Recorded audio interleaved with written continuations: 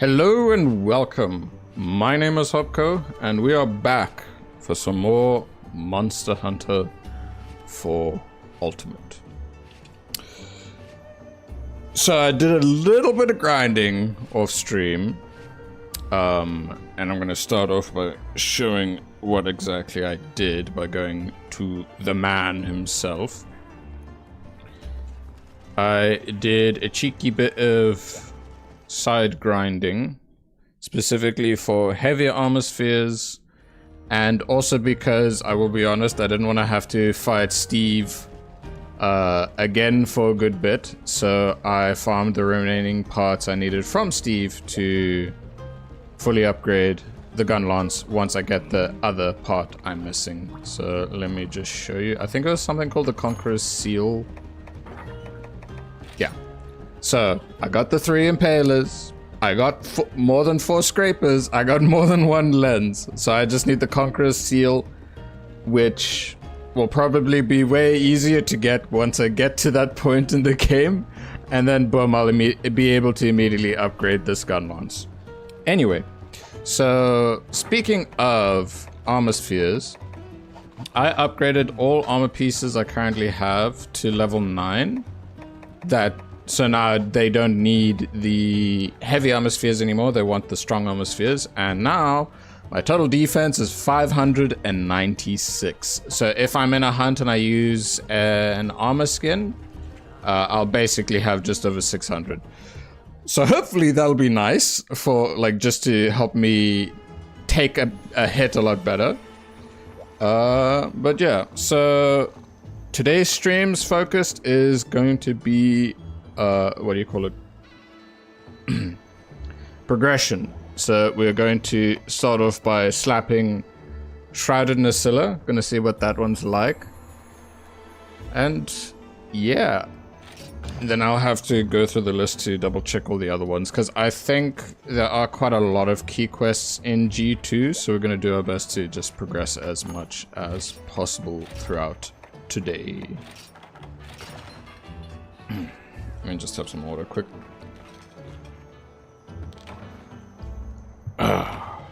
Very nice. Okay, do I have everything sorted? The answer is yes. Do I need to pack hot drinks? The answer is yes, I do. I'll bring 1 for now. Okay, let's go. Let's see what Shrouded Nasilla is like in Monster Hunter 4 Ultimate, because in Monster Hunter Stories, I've had that big boy spider for a good bit. It's part of, like, the main team that I had, especially going into the end game. It's a nice spider, very cool. So yeah, I don't exactly know the major differences between it and the regular in the game standard of things. Aside from the color difference. Well, main series standards, I should say. Okay, let's check on one of these. So one most important thing is that I can dish out way more damage than before. Because the upgrade for the Gunlance was pretty big. Of getting into purple sharpness, having a bit more affinity, and not only that, I also get... Ooh, I like the coloration in 4 Ultimate as well. This is a cool subspecies. Dude. Okay.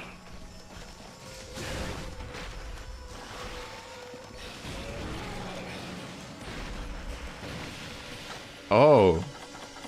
It burrows underground? Okay, cool. Interesting. So yeah, this will be my first time actually experiencing it in the regular games. And the other subspecies that come to mind that I'll probably experience for the first time in... Okay, you do little swingaroo there. Will be Desert Celtis.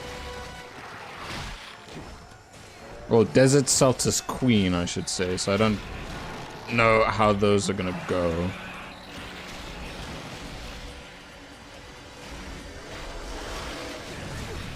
Okay, so It's paralysis crystals on the back,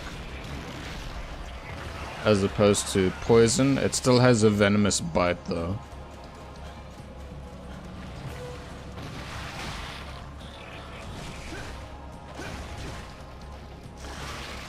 Swing one way, swing the other way. Alright. Okay, I'm seeing the pattern difference that this thing has compared to the regular.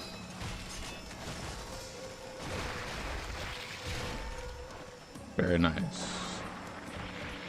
So, like last week, I did have a bonus stream on Wednesday, and it was for Wilds, and that was for Gogmazios. This week, I am actually going to do another bonus stream on Wednesday, and this will be for Arc-Tempered Jindahad. So that's definitely going to be a nice thing to do, because Jindahad is one of my other most favorite monsters in Wilds, but I can say with full confidence that my favorite monster to hunt in Wilds now for sure is Gogmazios. Ooh, I'm gonna die if I'm not careful. Ooh, let me challenge this quick. Ooh, cat, cure me, please. No, that's a heal. Cure me, please. So yeah, Jindahad Arc-Tempered will be cool to see. But you know, I've been farming a lot of Gogmazios. And then also farming it with a friend too. Like, I'm almost done making the alpha set as well. I'm just missing 2 more gems. And then I still need 2 more gems on top of that to get the female variation of the armor for cosmetic reasons. I am an idiot for going up. I didn't know I could actually climb up there. Okay. Anyway.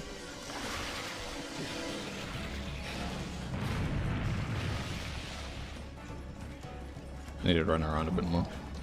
Anyway. So yeah. I don't exactly know how long things will take.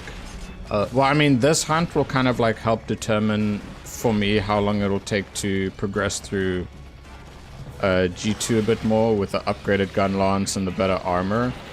Like, I definitely feel a lot tankier in comparison, that's for sure. Because I nearly have like 100 more defense. It's a massive increase.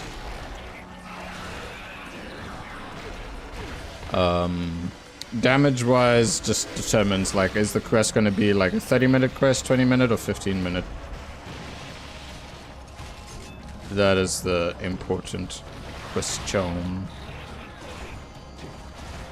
But this is a brand new subspecies for me to fight, so I just need to try and get used to, you know, the pattern differences. Uh-oh, not good, not good, not good.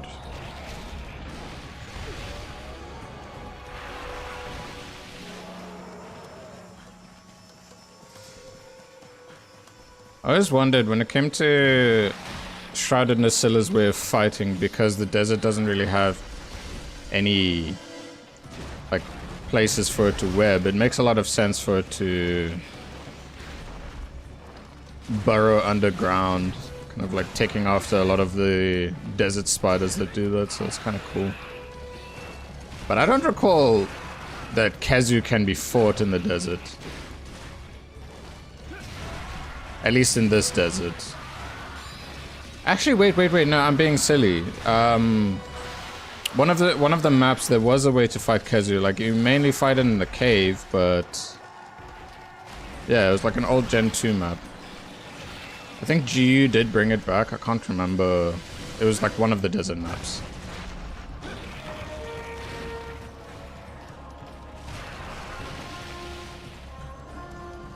Thank you, cat. That's a big heal. What? I didn't know it was a lingering hitbox. Okay.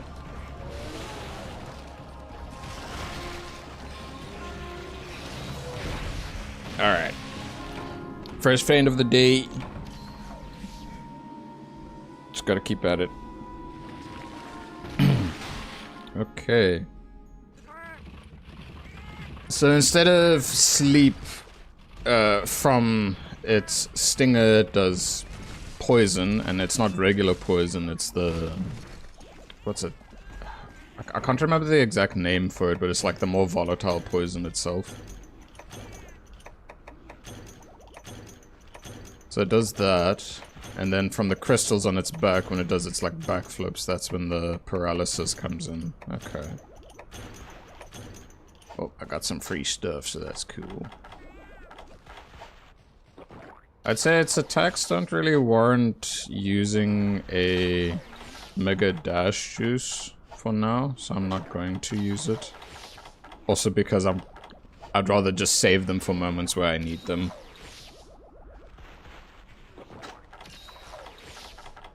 Okay. We also got some free antidotes too.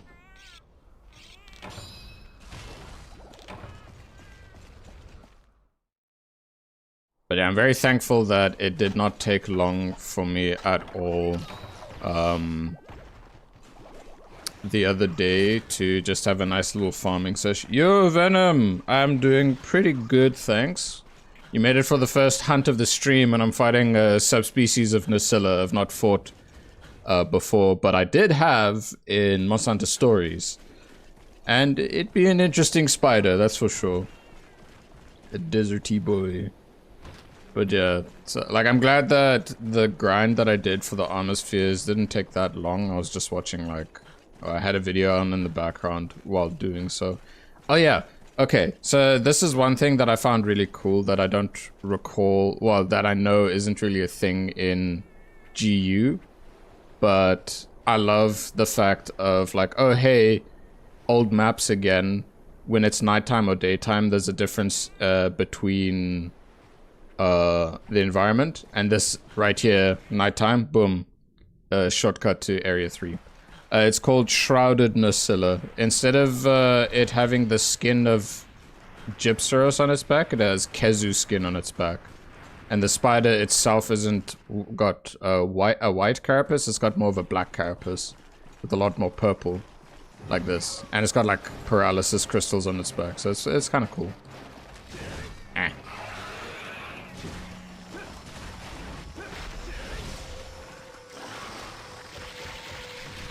Ah, you gotta be kidding me.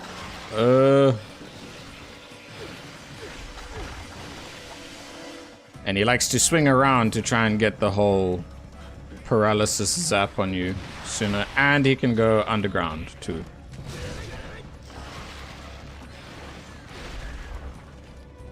Can I get him out? There we go, I can get him out. Oh, yeah.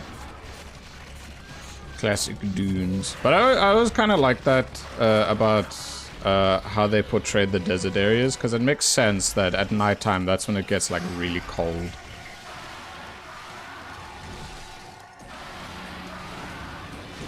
Funny how in this map it's literally just 2 sections out of the 11 that require you to actually have what's it called?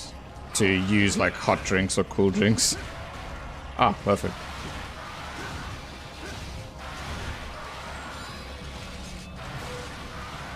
So I did have a single feint earlier.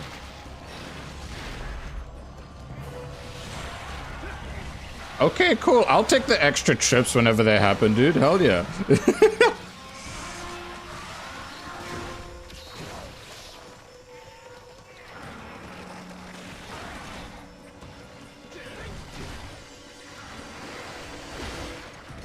Yeah, you're not gonna poison me. 1, 2.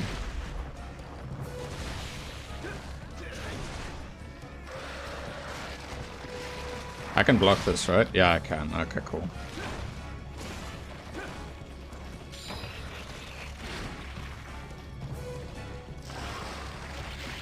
Okay.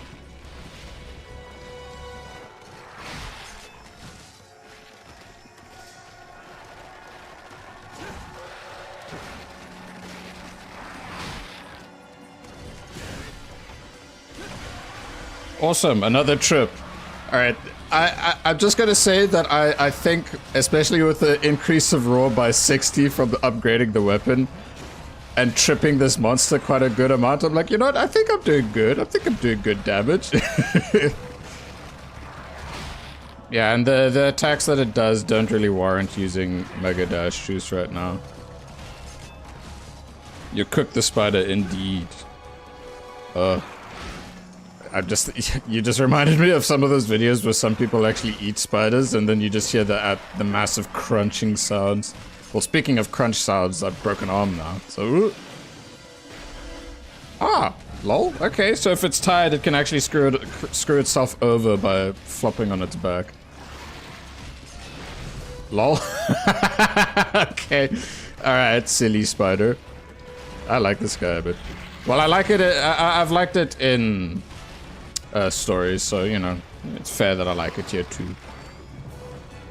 Aw, you're hungry. And I broke the crystals on the back.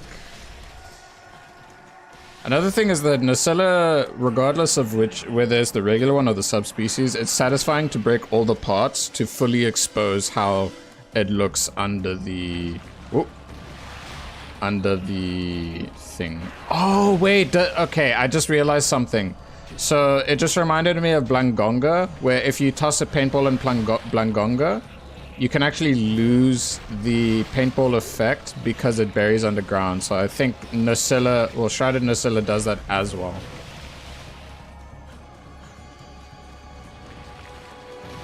Yeah, interesting spider that just buries around and swings a lot in comparison to the regular one. Fun subspecies.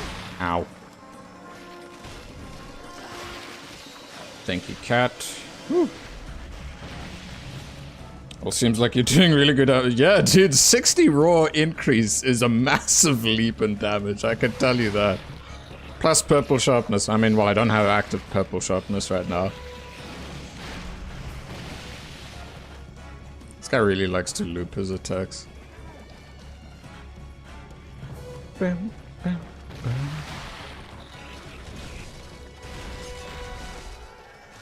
Yeah, no, I think we're pretty Gucci right now. Yeah, Abe. It's been a minute, but I finally made it to stream. Hell yeah, welcome back.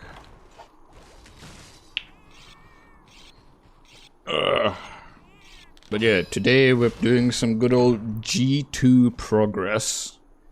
And so far, the spider seems alright. Because off stream I farmed armor spheres and the remaining Steve parts that I needed to get.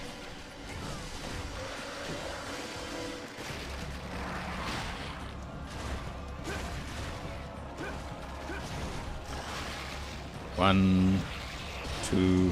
I'm wondering if, because I broke the crystals on its back, does that mean I... Does that mean I nullify its paralysis or what?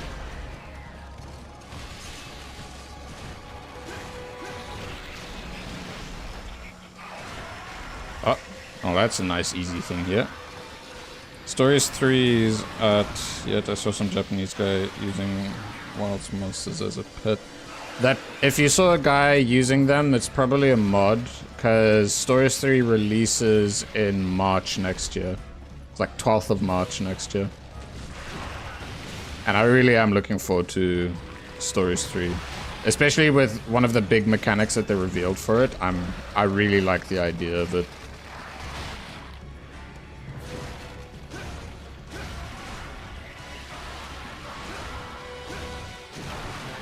Yay! More of the mantle broke.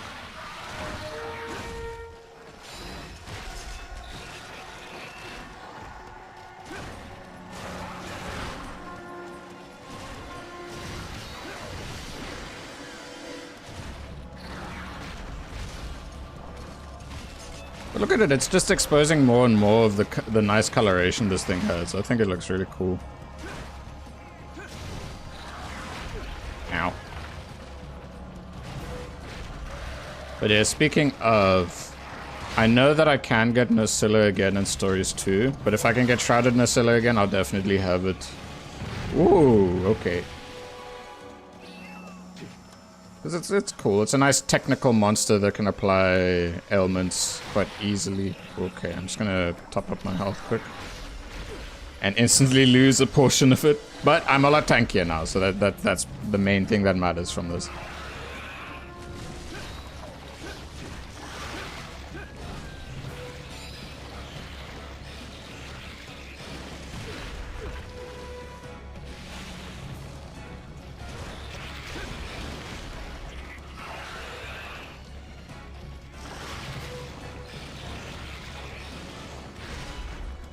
Come on.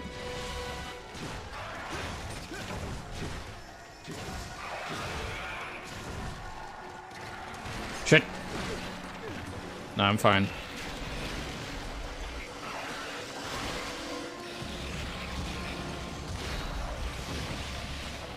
I gotta be quick. Yee! Alrighty. But yeah, the biggest thing about progression right now is predominantly just determined by how quickly some of these monsters get taken down.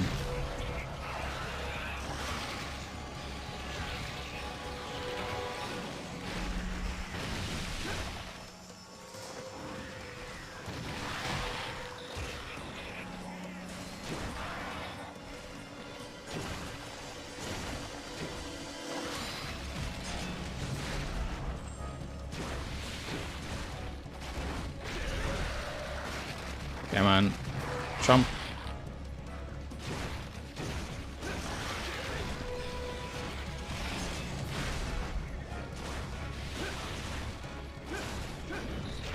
Excuse me.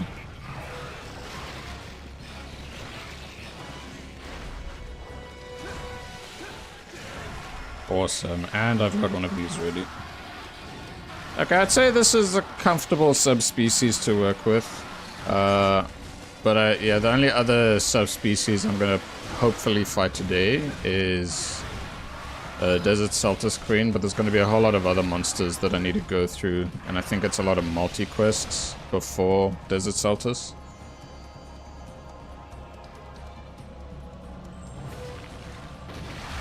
Oh, okay. Alright, the mantle on the back is nearly completely broke. Well, I mean, the mantle on the back's broken, but the rest of it still needs a bit of work. I haven't been playing No Man's Hunter lately. I've been so busy. I feel you. There's always going to be moments like that every now and then. Damn, I guess the spider were really your pet. Yeah. Just a special little boy. What it be? I'm trying to remember if it was a technical monster, like technical focus monster or not.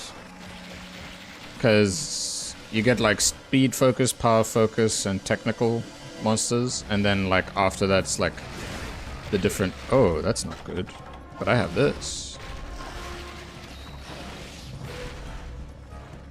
Look at this. It looks so cool having more of its body exposed whenever I rip off the skin and flesh of the dead Kazu corpse.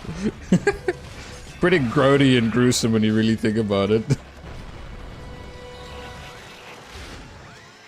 Come on. Land on its face. Thank you. That's what I want.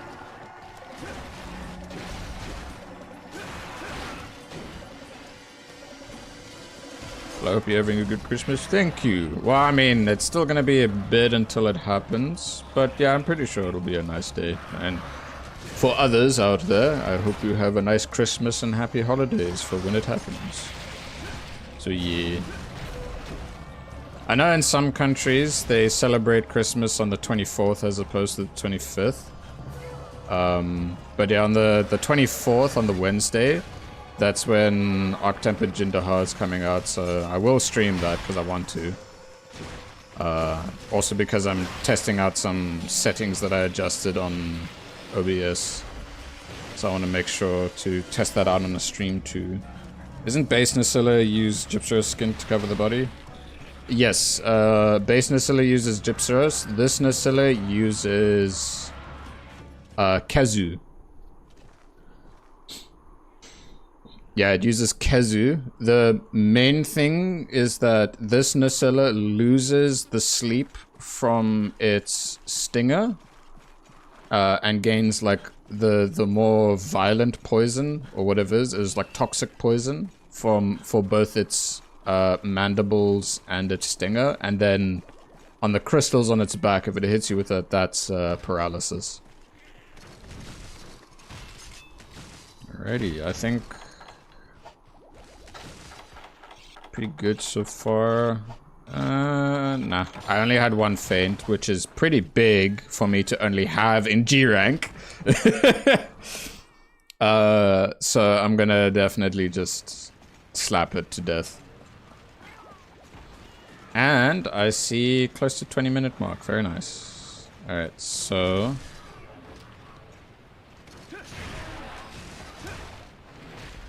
Stay still. Bang.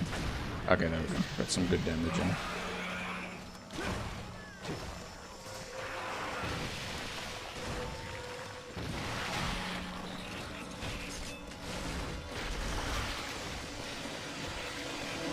I also just realized because it no longer has the thing on its back, it can't paralyze me anymore. Because it doesn't have the crystals to do so. But it still can poison me. But my cats have been mad lads to help me not need to worry about poison whatsoever at all.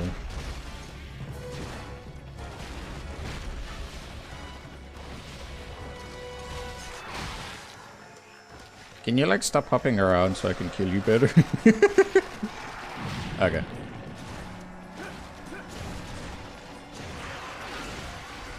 Perfect.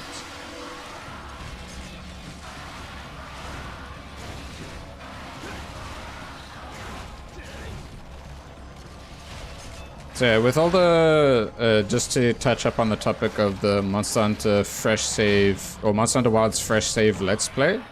Nice first hunt of the day, pretty good.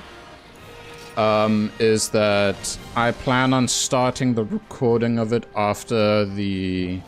Well, a bit after I do the October Jinder Hard stream on Wednesday. Because I want to make sure that on my main save I have things done and out of the way. Which shouldn't take long at all. Oh. This. Toss the food on the floor. And yeah, in terms of the pacing of release of how that'll go, it depends. But I know what I'm mainly going to be the main focus of it is going to be what do you call it? Predominantly progressing through and kind of just getting used to and figuring out what light bowgun is like, and then what builds I can mess around with.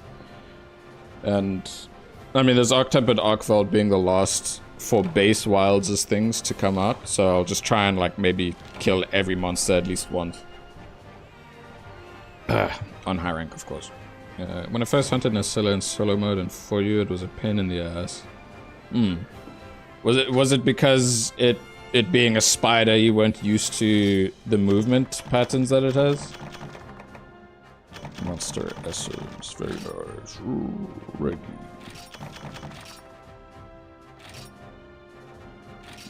I look forward to seeing what the Charge Blade of Shrouded Nasilla is going to be like for my main save for you. Alright. First hunt and key quest of the day. Very epic. Very nice. What's going on here? Dialogue. Oh, it's you. Forgive me, I was just reminiscing. Perhaps you might oblige an old man as he dusts off his old story, yes? Thank you. The story is about the Dragonator. As it happens, since antiquity, these lands have been infested by all manner of fierce monsters, even elder dragons. To prepare her for this harsh environment, Dandorma's designers wove two defensive measures into her construction. One was the battle quarters, which were created as a last line of defense for the town. The other was the world's first Dragonator, which was considered the pinnacle of that era's technology. I'm just thinking about that really cool laser gun on the back of Kog'Mazios and Wilds. The town was but a newborn babe, and the Dragonator her sole defender, but defend her it did, time and again. Naturally, today's Dragonators are far superior in terms of power. However, the people of Dandorma, none can hold a candle to that first one, with which we carved our place in history. It was Dandorma's heart, the courage that steeled her against every trial and tribulation. But the first Dragonator vanished one day during the time of our forefathers. One moment it was in the weapon cache and the next gone. How they searched, but they never figured out where it went or why. It haunted my predecessor to the very end. What manner of monster could steal our very heart? Harumph. Excuse me, I did not intend to sink so far into sentiment. Must be old age. I thank you for listening to my tale and encourage you to focus on the future, not dwell on the past as I do. Good luck, young one. May your every hunt end in success. Alright, that's cool to know because we very obviously know that Gogmazios is the one that took it. But the significance lore-wise, that it was the first Dragonator, is really cool. I like that a lot. Yeah, it would crawl on the wall. Yeah, when it came to me getting used to how some monsters would crawl on the wall, it threw me off, but you know, got through eventually. I know this is a key quest.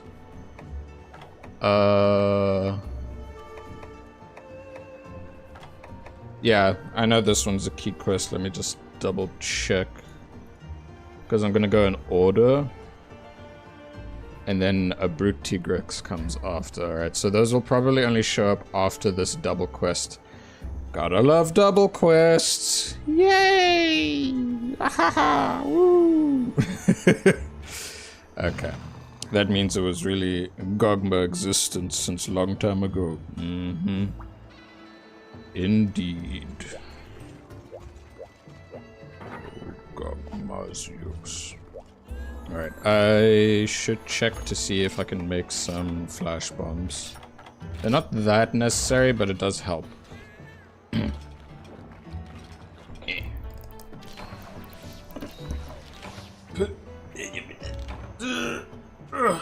Sorry. I'm stretching. Like every Monster Hunter series had Dragonator. Yeah, and Dundoma is one of the current standing oldest cities that is still functioning. That is not a part of the ancient civilization as much. I'd say we get way more lore about the ancient civilization thanks to Wilds. But then also at the same time while playing For Ultimate, I appreciate the For Ultimate maps a lot because there's a lot of the ruins of the old civilization that you encounter. Like a lot. The Ancestral Steps is a good example. I haven't played 4U in a long time, but I beat the game. Yeah. I know I'll beat it too. It's just gonna take time. And I'm sticking to only doing one 4U stream a week. I'm not doing multiple in a week. Okay. So did I eat? I did. Okay, cool. Flash bombs. I'll make some more bomb casing. And yes, I can make some flash bombs. Very cool. By the way, I finally am on high rank in 4U. Grats, dude. Hells yeah. Nice. You've made it to the same point that my main save is at. Like, well, okay, for my main save though, before I dive into doing high rank stuff, I still want to make sure I get the what do you call it? I still want to make sure that I get to do all of the low rank event quests at least once, bare minimum. Like I could do them if they help me craft some really cool new shit, but yeah, for now, no. Darren Moran was pretty cool. Yeah, you should fight Gen Moran in Gen 3. That's a classic. That's like OG, the OG first of the whales. Eh. Okay. So I've chugged that. Feline Oracle is happening, so I kind of know where the monsters are. For how long, I don't know, but what matters is that I can see where they are. So we're going to be dealing with Tigrex first. Oh yeah, from all the heavy armor, well, the heavy armor sphere farming, I did get a whole bunch of strong armor spheres. I will say though, I was very unlucky with charms.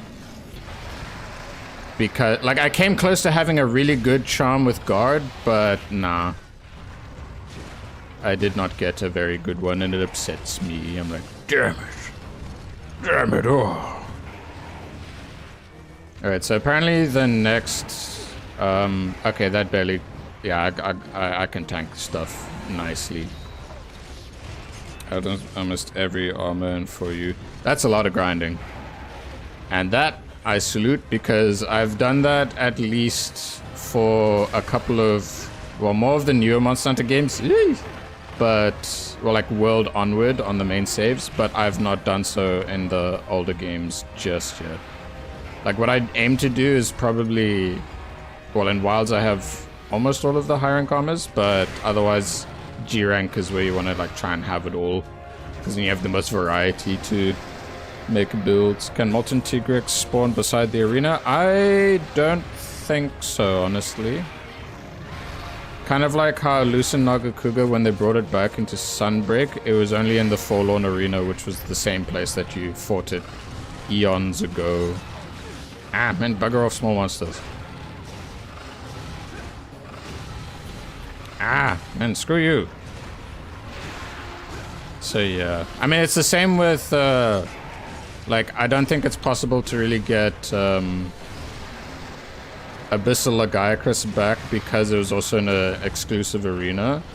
And then, well, I guess we mustn't forget about the newest rare species being, what is it, Violet Mizutsune, where it's in that one arena place in... Ow. The one arena place in... Rise. I'm just gonna go over here quickly so I can heal. It's my favorite Monster Hunter game in a long time.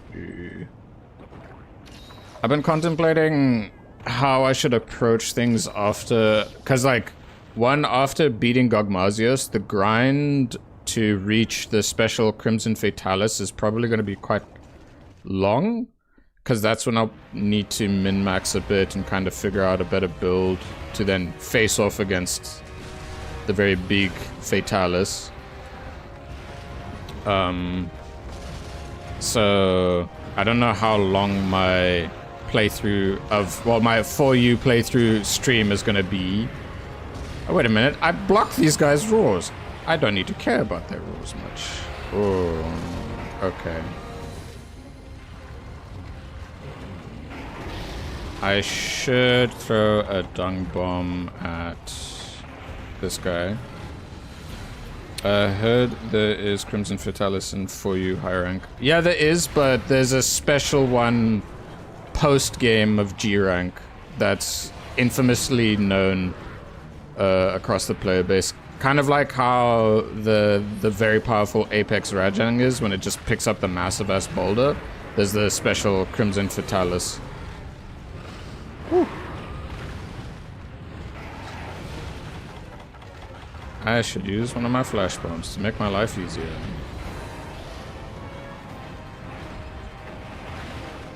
I thought it would make my life easier.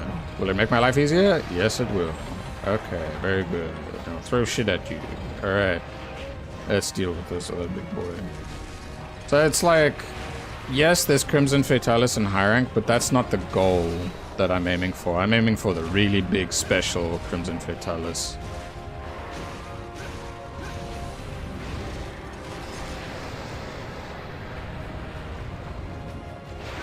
And like, the main thing is that I'm at G2 right now.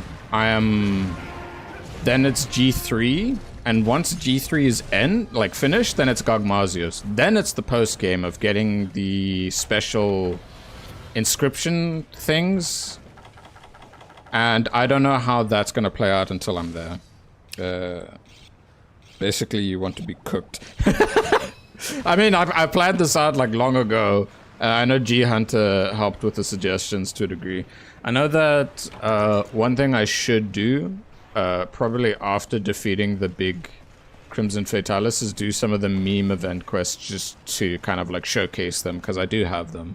Yeah, he's one of the hardest monsters to farm. Yeah, it's not... Yeah. Yeah. We'll see how things go for it, honestly. I'm glad my hunch was right in where Tigrex was.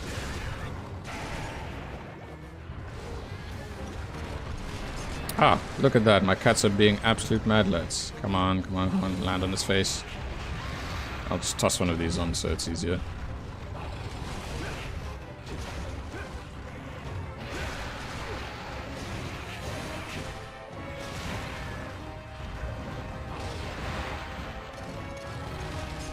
Nice.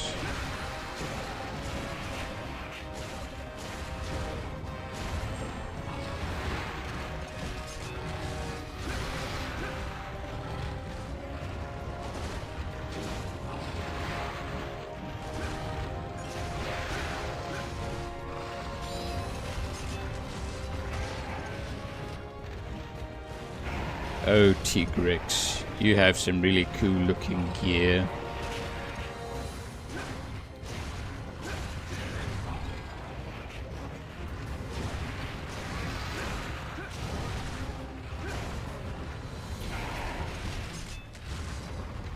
I'll check your message just now. Oh, excuse me. That was a bit naughty.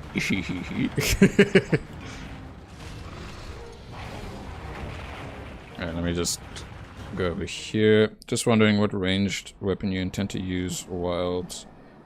Couldn't be the last time. Oh yeah, I did make a post. The ranged weapon that won is the light bowgun, so we're gonna see what that is like. But yeah, the recordings for the Wild's fresh save of light bowgun will start a bit after the Octemper Jinder hard stream on Wednesday, this coming Wednesday. So yeah, in time you shall see. Crimson Fatalis armor is top 5 in my opinion. Very cool.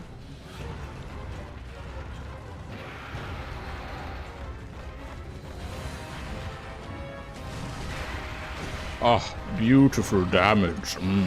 Delicious.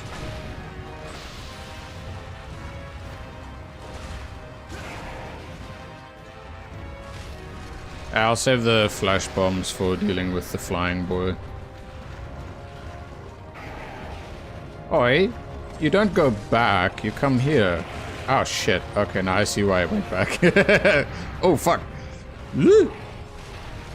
I am alive. I am somehow okay. Chow on this. No, no, no, no, no, no, no! I'm being stupid right now. I need to... You can turn again? No. Alright. Oh. Cat's coming into clutch with that.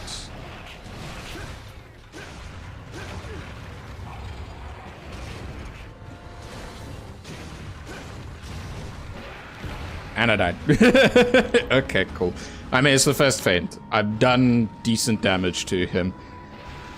I think from the Shrouded Nacilla, any non-subspecies is going to be more comfortable to slap.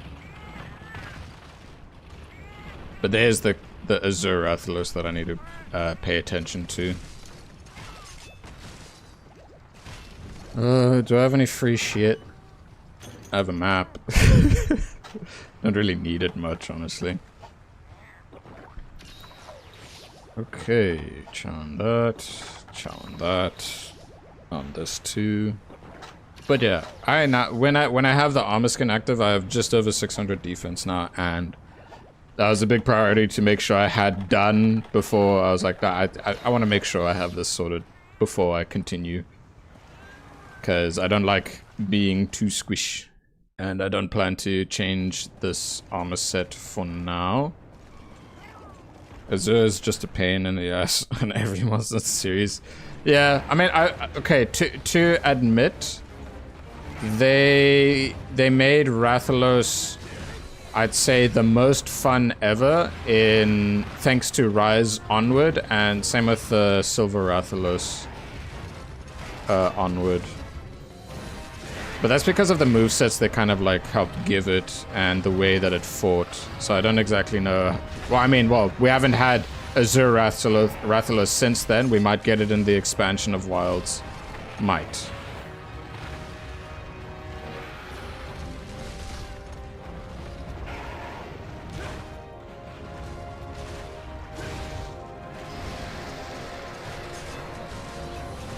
Like, no matter what, we will get the metal rats, because that's, like, standard. Even if the subspecies don't show up. Another thing to bear in mind is the factor of, like, getting more guardian monsters.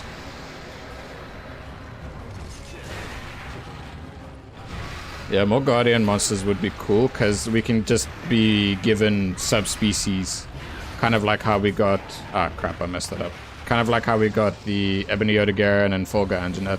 Basically subspecies and monsters that work in any environment. That's the idea that they emphasized about like which monsters were chosen for that stuff. Lore-wise.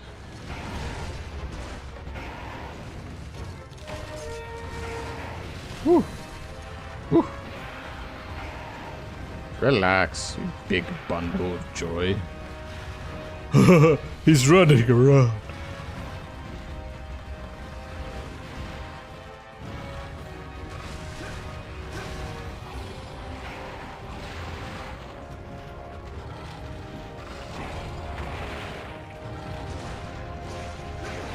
Ooh, ow. Okay.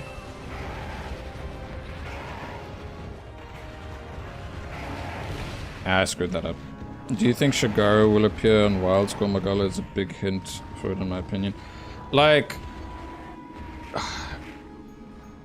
in base Wilds, no, we're not getting any new monster after Gogmazios, so Gogmazios is the first Elder Dragon. Expansion, there's possibility. There's a high possibility for both Shagaru and Chaotic Gormagala, but... there's also a chance that we don't get them. So, yeah, it'll be interesting to see the direction that they wish to go. I don't mind either way, because if it allows for room for other monsters to shine a lot more, that'd be pretty cool. Because that's the one thing I've been appreciating about Wilds with the lack of Elder Dragons, is that a lot of those regular monsters have gotten so much better. Speaking of, okay, I really appreciate the quests that they added where you get to fight 9-star versions of the weaker monsters, not just like the typical higher tier monsters. And the Deshaguma quest, 9-star, is really good because it gets you to really experience that one mechanic that Deshaguma has, where it's like when it reaches a certain health threshold, it'll get so angry it rips all the wounds open on it, and then it goes, it's just really strong.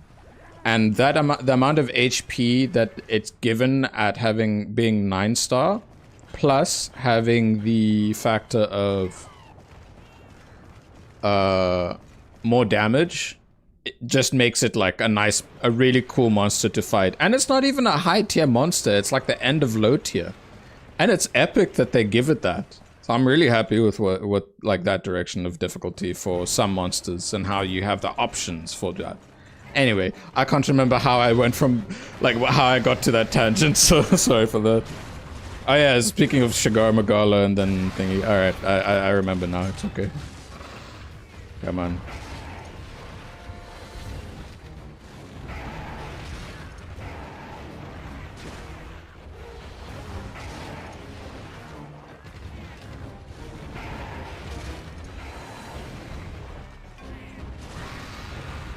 It's really rare that there's still no Teostra, Kushala, and Camellius. I mean, I'm fine with them not being there.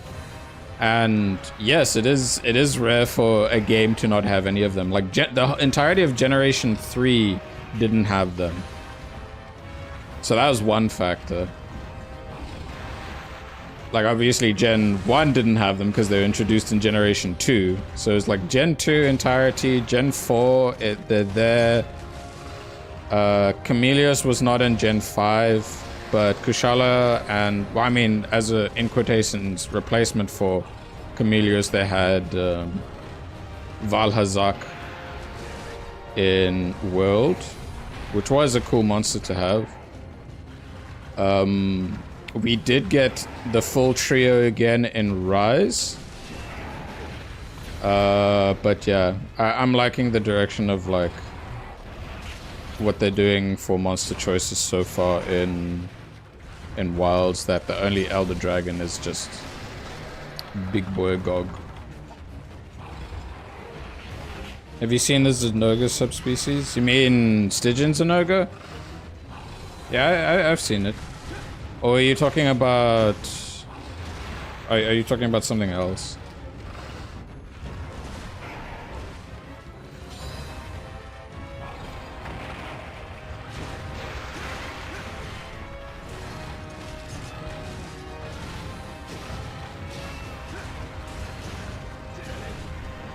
Like, I fought it in 4U, like the high rank version of it. I think I am gonna have to fight it for the G rank or the G2 progression.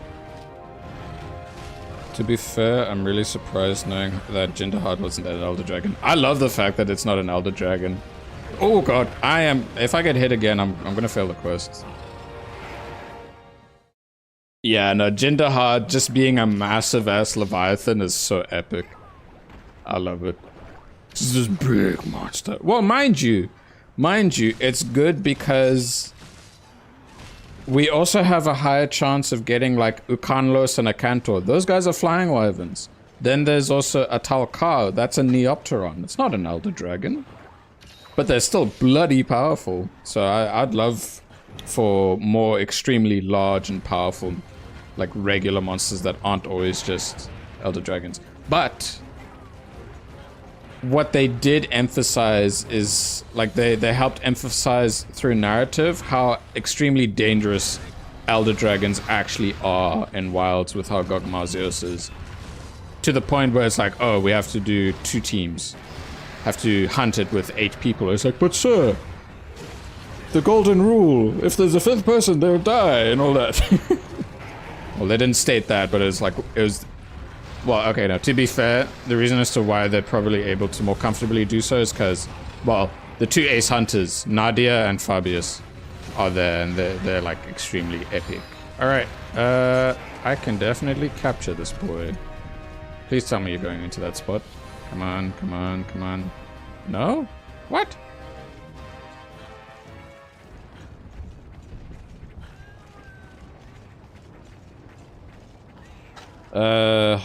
Should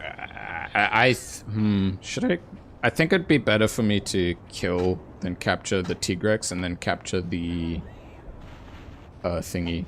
But yeah, it's less than 15 minutes and I'm already like at the point where I can capture this boy. The Tigrex. Alright, let me make sure this is the... Dude! Like, chill. I know you're angry, but fuck off. Okay. Don't make me fail the quest. I failed the quest. Okay, cool. Yeah, that mean Elder Dragons would be extremely powerful in Wilds. Yep. I mean, well, here's the thing. The endgame in Wilds, with the current state of it, it's very, like, the difficulty on the highest end can be very comparable to G rank or Master rank.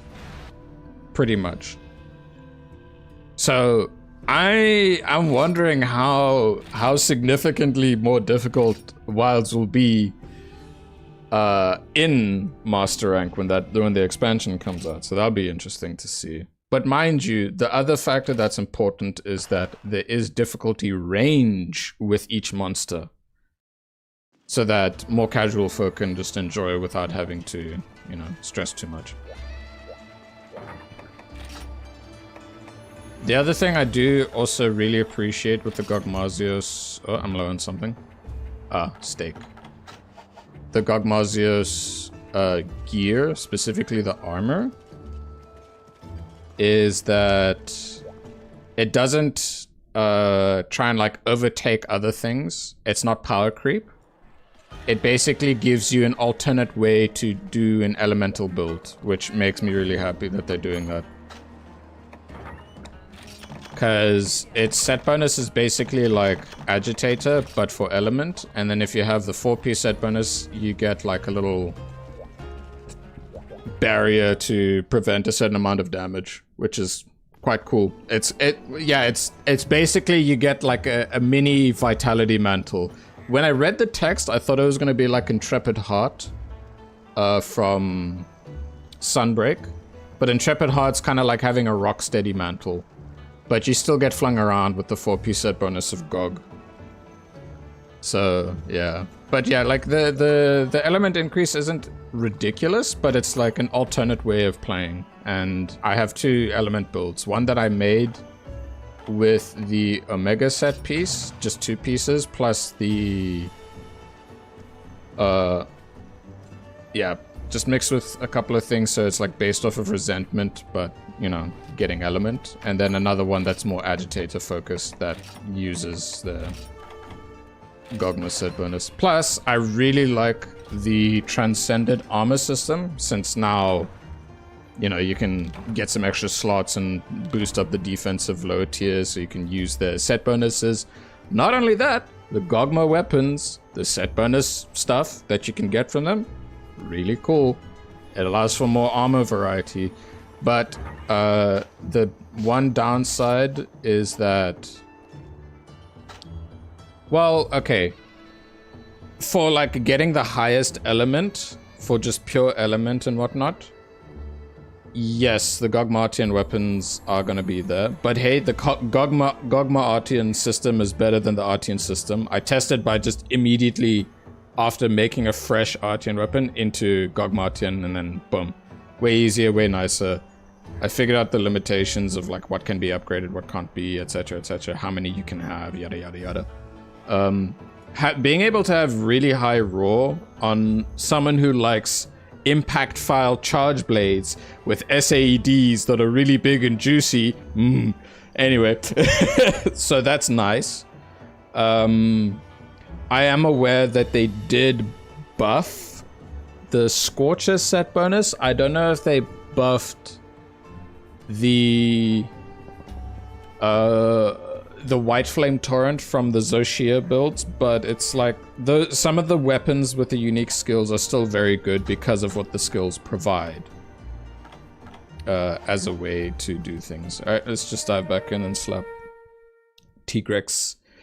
Alright, knowing that Tigrex doesn't take that long to actually kill, it's just a fact of be cautious and aggressive at the same time, so that's what I'm gonna do. How's your experience in Savage Omega? It's the hardest monster, isn't it? I have not fought Savage Omega. That's the only thing I've not fought yet. Regular Omega is really fun. Savage Omega, I'm gonna have to see for myself. I don't know yet. It's the only thing I've not fought yet. I will eventually. I do kind of want to experience it with a friend, but he's barely got any free time. Also, this guy is significantly bigger than the other Tigrex I was dealing with. Like, huge. Maybe silver gold crown.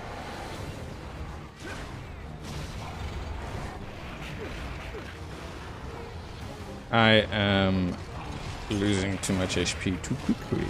Not good. Woo! Let's do a cheeky heal. So yeah, personal experience with Savage Omega. I can't say anything yet because, well, I've not attempted it yet. But in time I shall.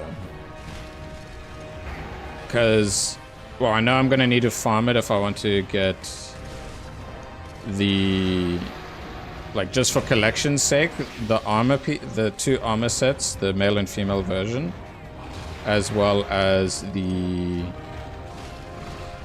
what do you call them?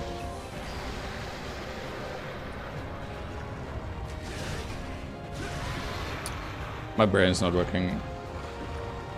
As well as the Insect Glaive and Sword and Shield. Because, like, I'm at the point where I've got all the charge blades I kind of want. I'm not, like, trying to min-max to get the absolute most perfect roll for the Gogmatian weapon, I kind of just aim for 3 attack or 3 element with 1 affinity and 1 sharpness. That's it, and then I'm more than fine, because the last little bit is not really that worth it. I'm not speed running the game. I'm doing decent damage enough. Plus, with the Gogmatian reinforcement boosting system, you're limited to how many EX boosts you can have, and I kind of like having up to 4 EX boosts. And so far, out of all of the... because I have a charge blade of each element and each status, I have a total of 4 of them out of the 9 where I have the rolls that I want. I just need to farm the game more to make it more easy. Oh, okay. Better be focus this guy. This time, okay. Yes, I read that as soon as I die. I don't know, I naturally get more comfortable whenever I'm fighting Tigrex because of how many times I've fought it. But it does hit hard still, regardless of anything. But I'm pretty sure if I didn't do any of the armor upgrades that I did, it would have killed me way faster than before. I can actually do some more upgrades because surprisingly, I got a whole bunch of strong armor spheres when farming the regular heavy armor spheres.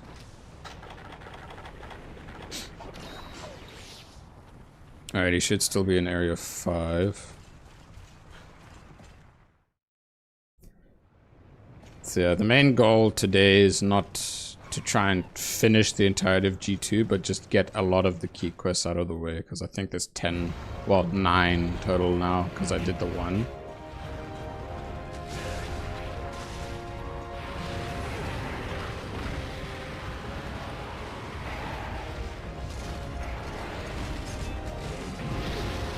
Bugger off!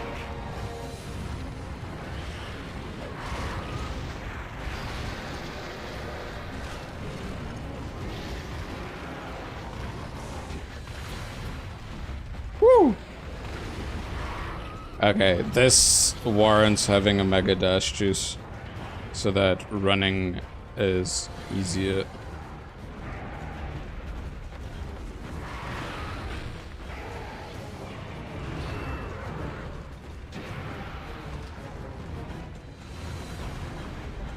Woohoo! All right, let me get a free top up in the camp. Have the mega dash juice and get a dung bomb at the ready.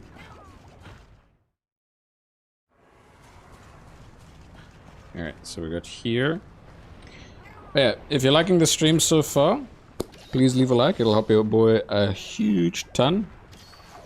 I'd be very appreciative if you do, please and thank you. Let us continue with what we are doing.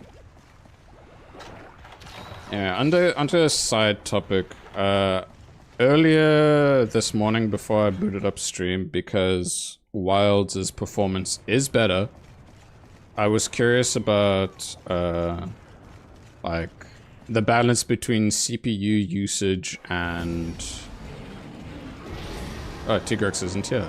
Okay, CPU usage and frame rate, and also just the visual quality of things. Because I was curious, like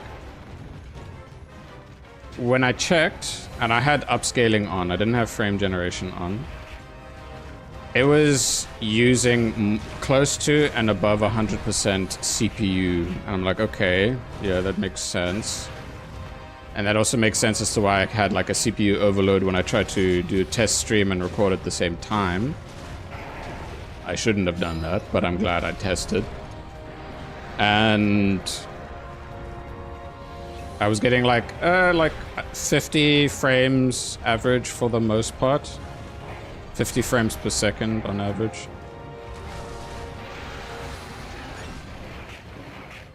And yeah, I decided to turn upscaling off and then have the resolution scaling itself to what it's supposed to be, close to 1080p. And my goodness, the game definitely looks a lot better. but you still need to have like a little bit of anti-aliasing so it doesn't look all weird and jaggedy on the edges. Once I turned that on, I was like, man, it looks so much better. And I also noticed CPU usage less than 60%. I was like, aha. So the upscaling and the frame gen, if I have those on, chow way too much CPU. But here's the thing. What's nice is that for the most part, you'll have a consistent 30 FPS. And like, I'm more than comfortable with 30 FPS as long as it's consistent.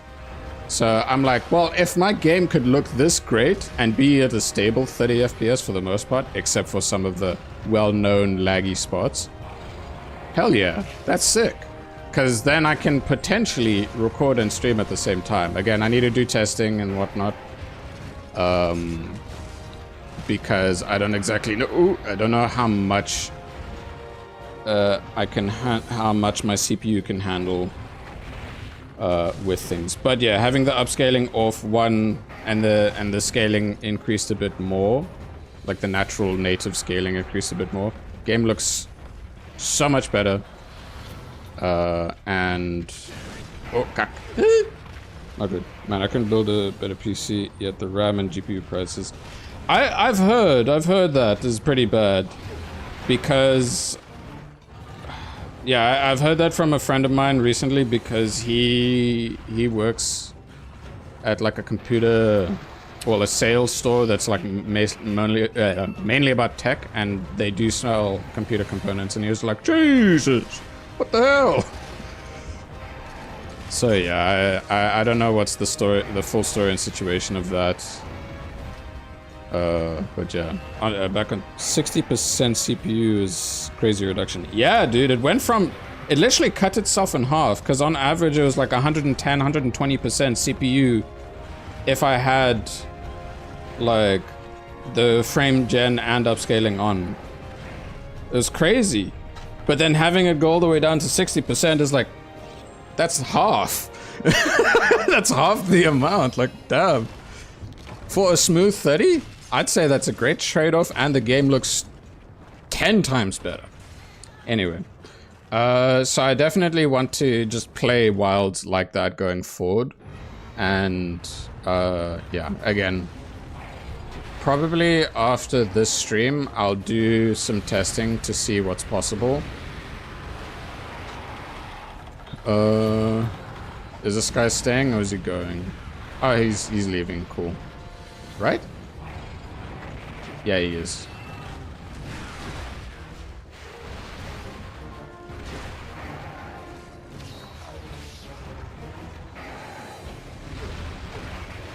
I usually make the CPU throttle. I don't even know how to do that. So I'd rather just not on my end. I don't know what's the benefits and what's the drawbacks of doing such, because like in terms of desktop PC stuff, I've had a laptop for a very long, like laptops for most of my life up until April this year, and that's when I got the big PC. Am I fainted once already, right? Yeah.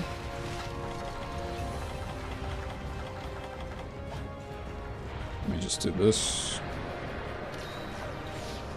It usually makes the CPU throttle. Ah.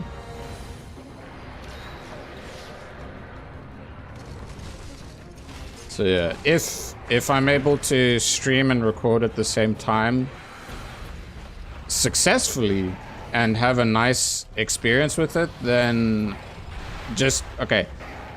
It's not concrete yet. I need to test. But if it's good, then I can actually stream the Monster Hunter Lightbow Gun playthrough. But the idea would be, yo, Sora. Yes, Tigrex. The idea would be that if I can stream for those, they will be archived right afterwards. Because, well, and then if you want to see it again, you'll have to wait until the actual video comes out and whatnot, if that makes sense. Which, you know, it makes sense. Well, it would be fair. Because it's like, then you get the final product. So those who get to watch the stream live, epic. But otherwise, they can just wait for the video when it comes out.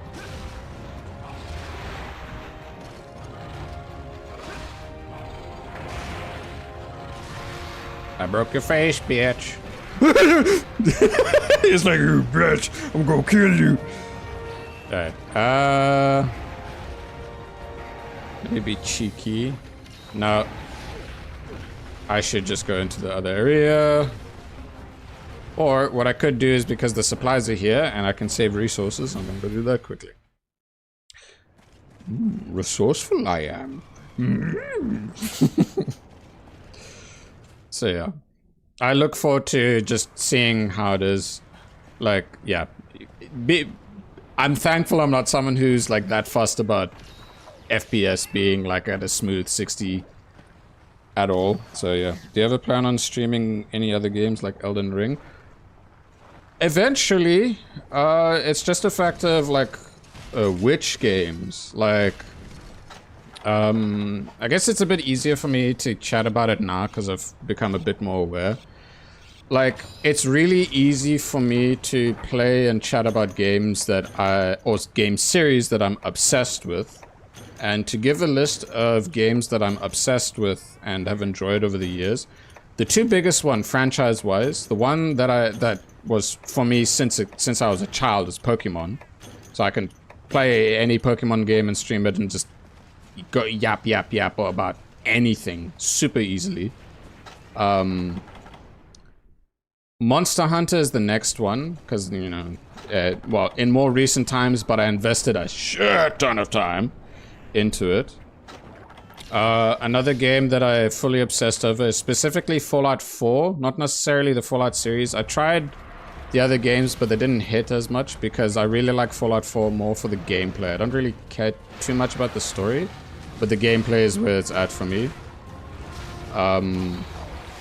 One game I really enjoyed during its lifespan of when it was out was Titanfall 2.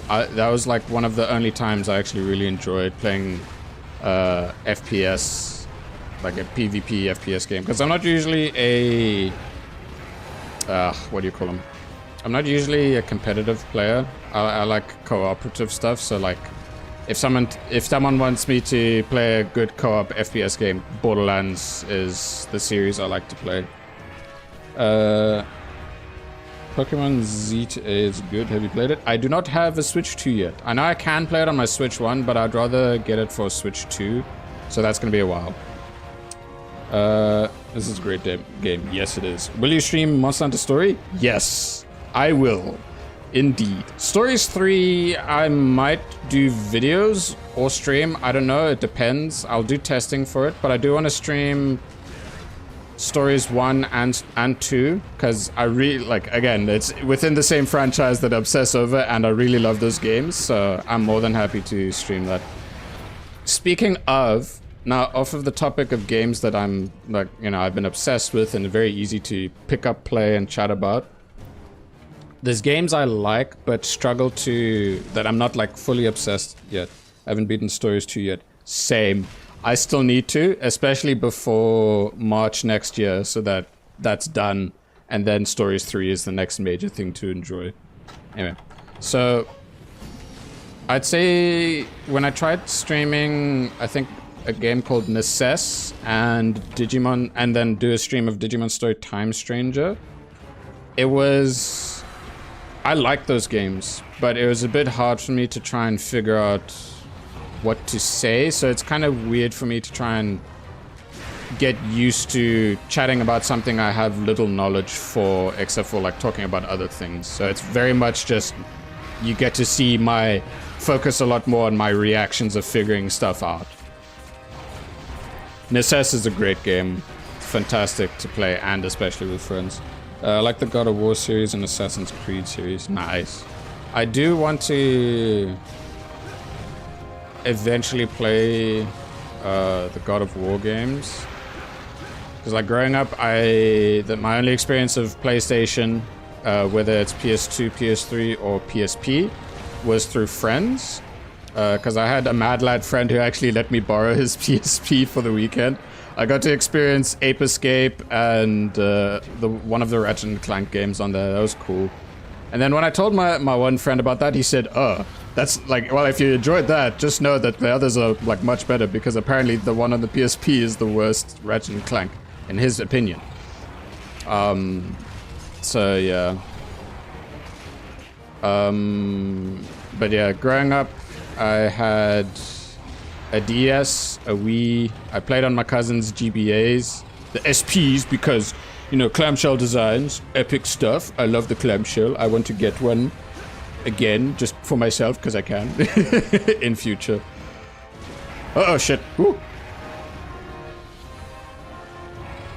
Oh, I need to not die right now. Okay, shit.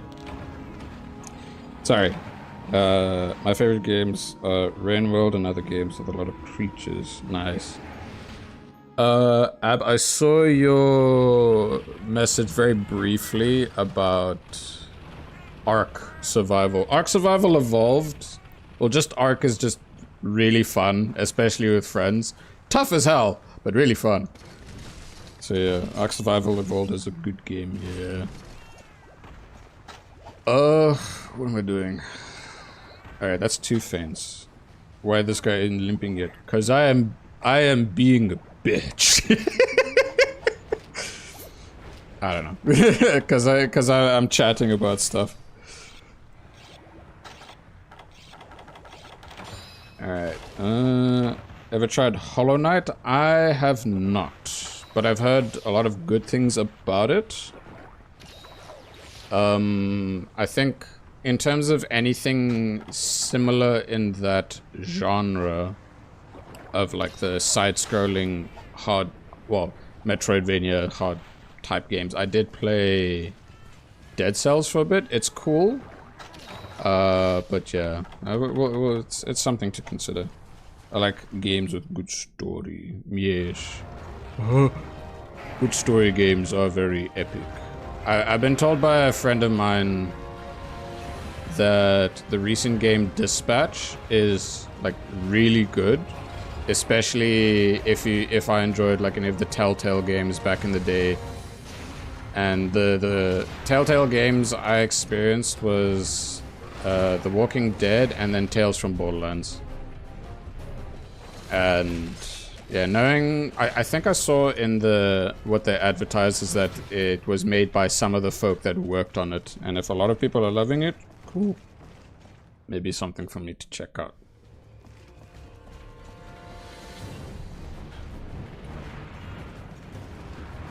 I use Switch X mainly. I am a Charge Blade main, but for this whole entire stream save I did a poll before the stream save started to do Gunlance, and then I did a recent poll for my fresh save of Wilds upcoming, where I will be using light bowgun and see what that's gonna be like. I am very inexperienced with the bloody what do you call them?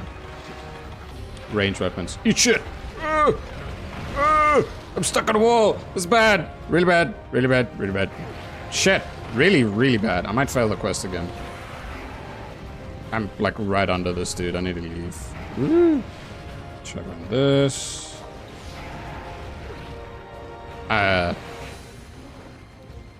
My brain is filled with too many thoughts. I need to chill. Alright, he's taunting, so I can do this quickly. The Last of Us series is top 5 zombie games, but it's PlayStation only. Yeah, the only consoles I currently still possess is the old Nintendo Wii, which I took out not too long ago to play again, because like, haha, Christmas Wii time. So not a lot of nostalgia there. I do still have my Xbox One, but most of the games I have on PC anyways now, and they run better on PC for me currently. And then I have my Nintendo Switch. But I have like the OG Switch, like, you know, the one that came out like on release, old. So in time I need to, it's time to like upgrade to the Switch 2, but even then, that's also going to take a long time. Ow!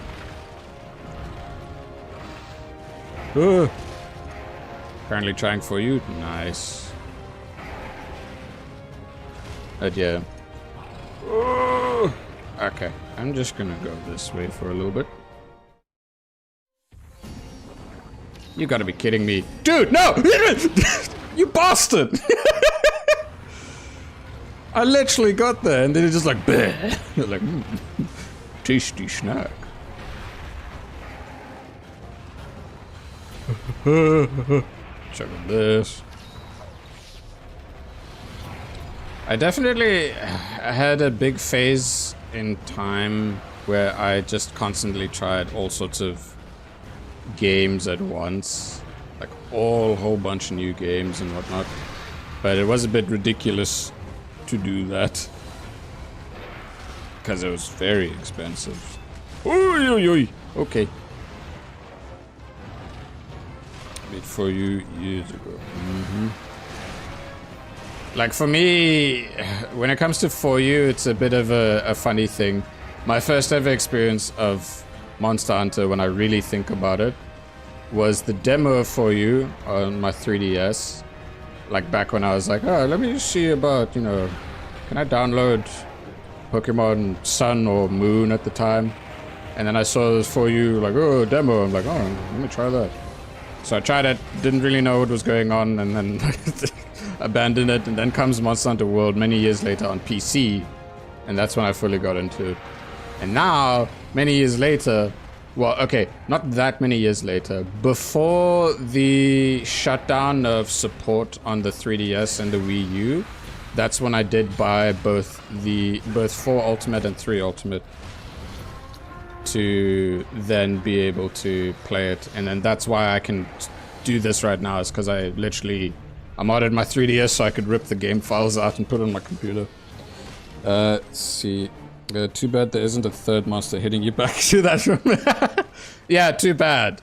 Also, just never had a 3DS for a while. My first MH game was Stories 1. Stories 1 is a fantastic game to play. So nice. And I'm really happy with what they did for the remaster, where they even added the voice acting. It just added even more charm to it. I really loved my experience of that game. For the first Monster Hunter game I played. Hell yeah. But yeah, the main thing is that I love all the Monster Hunter games so far. I've not had ones where I hate it. There's one, like I did try the first generation of Monster Hunter and I'm like, approach to it is very different, but yeah, I'm not ready to dive into that. But the other games I've thoroughly enjoyed. Ooh. Like I'd say one that I have the most core memories of and a lot of love and appreciation for is Freedom Unite. But that's also because I played that with my best friend, and that's how I introduced my best friend into Monster Hunter, and he became obsessed. But then time became very finite for my mate, for my buddy, who became very unavailable to jam. But completely fair because of what he's aiming to do, so I fully support him in what he's doing, and then I know there will be a time where he'll have way more than enough time to jam and hang out and all that. A lot of catching up to do is the best way to put it.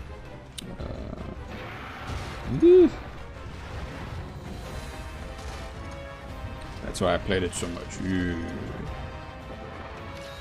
But yeah, in terms of back onto the topic of other games, there's a lot of options. It's just I'm not sure which ones to necessarily go for now. Like this, like I guess an easy option, 2 easy options is like something Pokemon related, something Fallout 4, like doing Fallout 4, because you know I love the crap out of those games. All right, now he's limping. Yeah.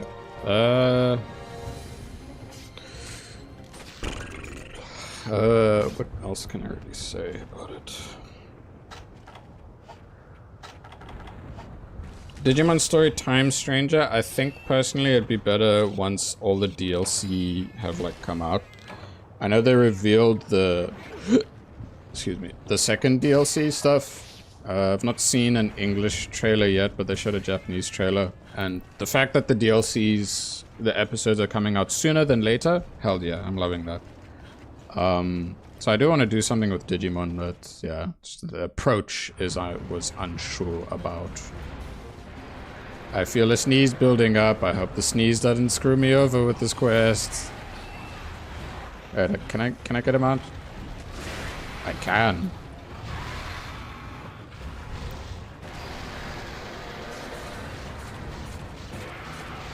Can I get a successful mount? That is the other question. That's important.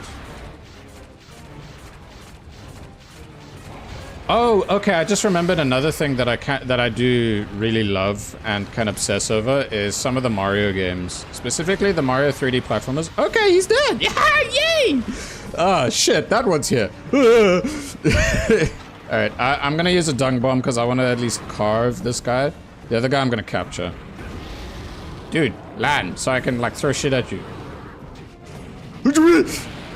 I'm fine. Oh.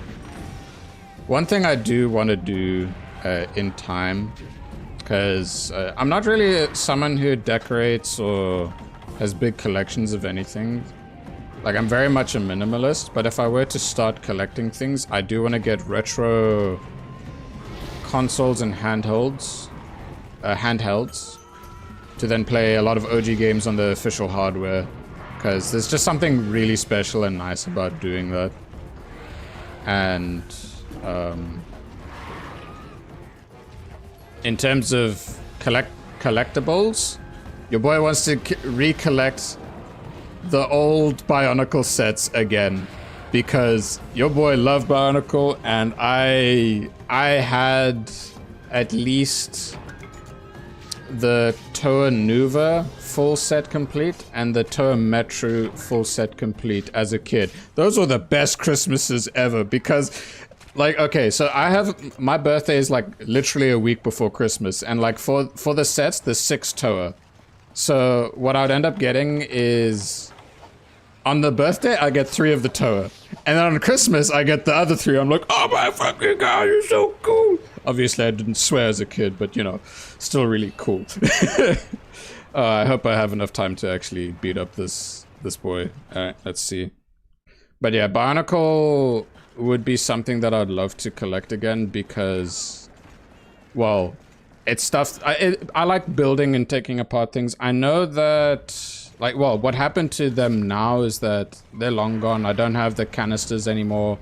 And I kind of like gave them to, like, gave my whole box of Legos and Bionicles to family, friends, kids. And I can tell you they appreciate it a lot. Uh-oh. If you saw as a kid, they would think, they would have turned into coal instead. Yes. Because I would have been a very naughty boy at that time.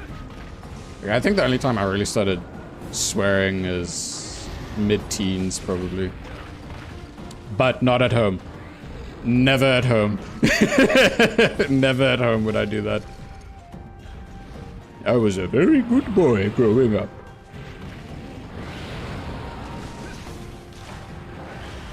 Ah, man. A very good boy. Now I'm becoming an old man. Still good, but I can swear now. Anyway. I think there's like a top-up of things here. Of the bonus rewards. Good old man. That sounds so... That's really weird to read out loud. That's really weird. Nah, I'm good. That's really weird to read. I still have the Inika Jala. Oh, holy shit, dude, that's sick! My mom bought me from shopping center and the yellow tiny guy from MHStories, which my friend gave me. Oh, dude, that's so epic. Holy shit, dude. Nice. First game I played was Pokemon on Game Boy. Good fella. I think for me as well, like first video game ever, and for me it was Pokemon Emerald.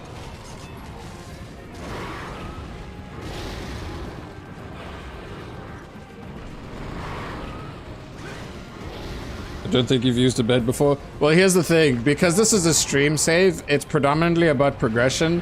So I wouldn't have all the extra spare resources to not care about this by doing the, well, playing the normal way that I'm playing. So, yeah. The bed helps a lot with free things. Probably PS2 games. Nice. One of my most favorite games ever when we got a Nintendo Wii was Super Mario Galaxy. I love Super Mario Galaxy a lot. So like Mario Galaxy 64 and Odyssey, I love those games. Mario Galaxy 2, I played a little bit. I really love it. I've not played Super Mario Sunshine, but I would like to have those be some of the Mario 3D games that I wish to stream in future as a possible option. That would be cool. Ah man, the nostalgia of talking about Bionicles. And then you get the Bionicle movies. I rewatched the movies with a whole bunch of friends the other day. But then there's a friend who never really had Bionicle growing up. So for him, he was just making jokes about the names and the things that were going on. It was funny, but also some of my other friends were like, dude, chill. We're just trying to watch a movie.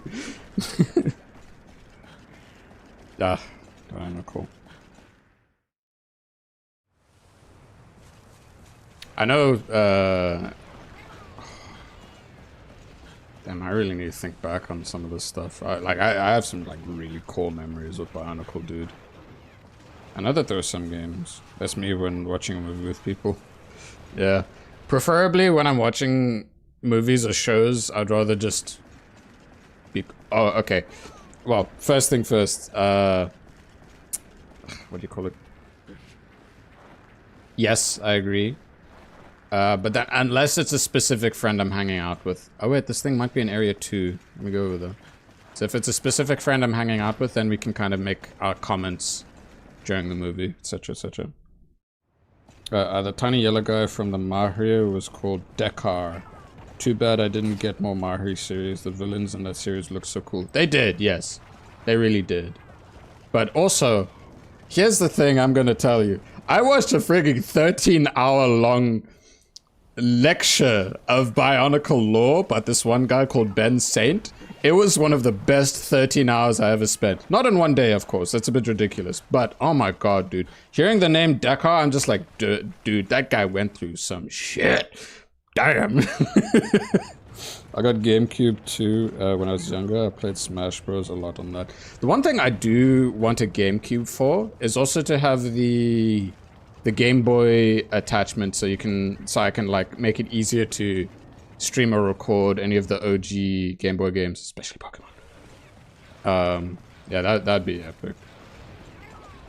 Yes, the Ben Saint legendary Bionicle. Ah, dude, I learned so much and I was so happy that I watched that stuff. Okay, where the hell is this thing? Is it up in area 8? I'm just wasting time, yeah. Strapped a seat with eyes forced open for 13 hours to watch Bionicles. Oh, you didn't? Thank God. I would watch it again, honestly. Like, that guy made me so happy, just with the amount of effort he put in. Because, like, yeah, there were some other guys that I watched, but the thing is, they kind of use, like, generative AI images, and just, to me, it pissed me off, because it's like, no, this is not true Bionicle. You sullied and tainted it by doing this weird and random shit. How dare you? Anyway. Where the hell is this thing? Am I blind? Yeah, all I played my Game Boy is on the GameCube. Nice. That's like special stuff, dude.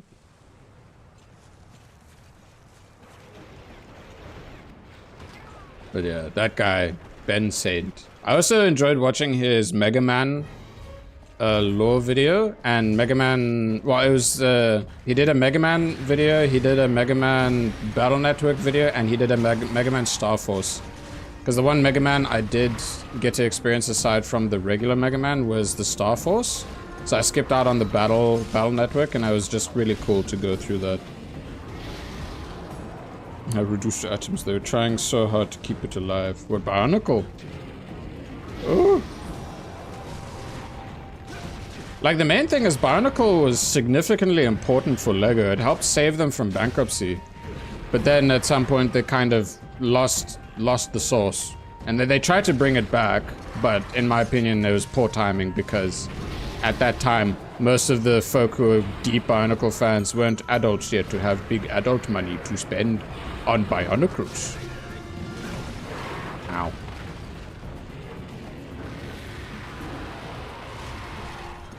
But yeah, I'd say Bionicle in the last 2 iterations or generations, or however you'd like to put it, that's when things kind of got a bit more in the weirder direction. But like, it was just more at that point prioritizing the products more than the actual story, because it was like deep. They lost the source, just remodel it. Yeah. Well, here's the unique thing that I learned. Apparently most of the same thing with lost the source of moon landing tech. That sounds like yeah. Like, so one of the reasons as to why some of the molds could not just be so easily redone is because they'd get rid of those custom molds after a period of time, and I'm like, why? Why would they, like, some of these custom molds that these Bionicle pieces had was so cool.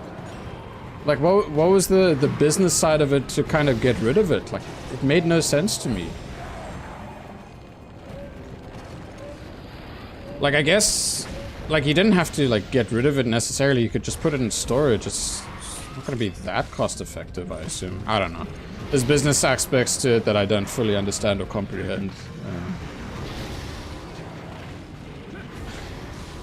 Them's were different times, but the story Bionicle was special. But yeah, I think Ben Saint, not only did he talk about the lore, he frigging went into detail about the products as well, and which ones were here, what was this, what was that, what was its purpose, and I'm like, holy shit, dude.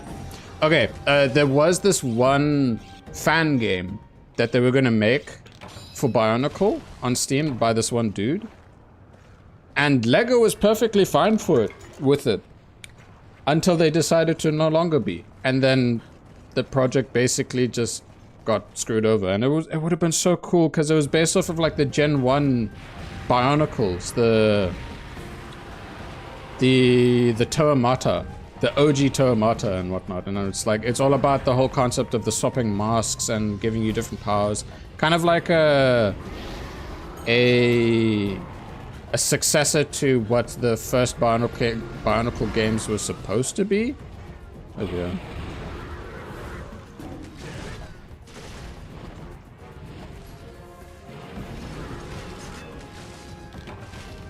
I've got 10 minutes left in this hunt. This is not good. I've been yapping so much that I forgot about what I'm doing.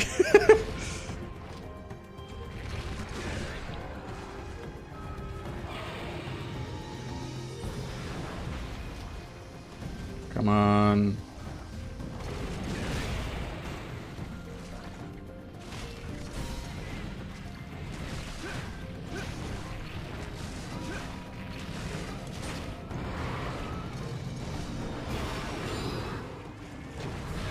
Ah.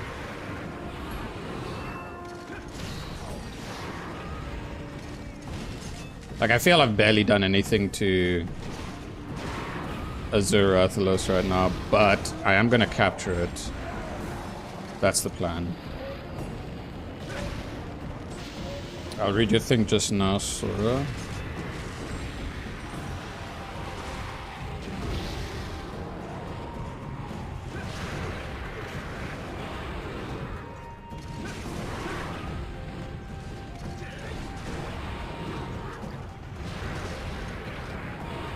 Ah, the windproof. Hey. Well, I don't have windproof. Oh, nice. Ah, that's not good. I'm gonna fail the quest if I don't lock in a little bit there. I need a heal. Alright.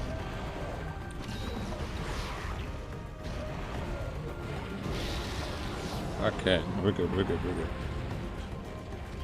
Like, I'm not too fussed about having to do this quest again because I'm just chilling, chatting about stuff. Do you remember Beyblades? Who could forget? Let's Beyblade! Do you remember Bakugan? Bakugan was sick. I love Bakugan. Bakugan was so epic. Like the show and the actual toys in the game. I have the game on the Wii, the first one. I really like that stuff. And the unique Bakugan dude you get called Leonidas. He was badass. He was epic. You have a whole bunch next to you? Hells yeah, dude.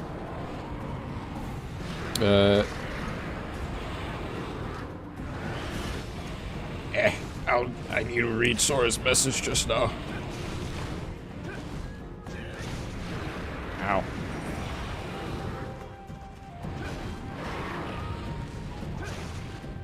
Poke your toes. I'll poke your toes, you stupid bitch.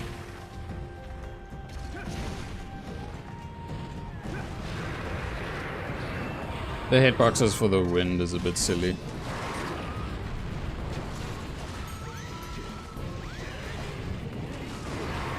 Ow, okay. Okay, my cat's mad lads for what they did just now. I need to heal quick. Can I get a cheeky mount is the question.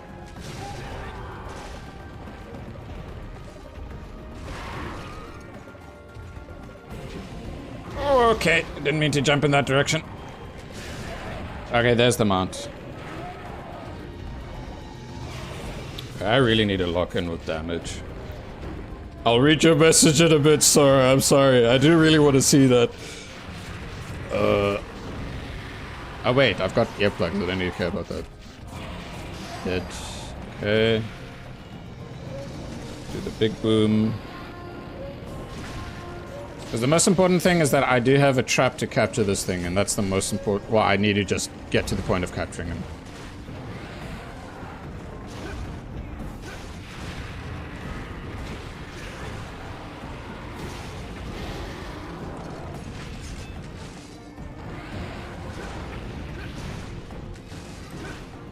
Alright, he's going to another area right now.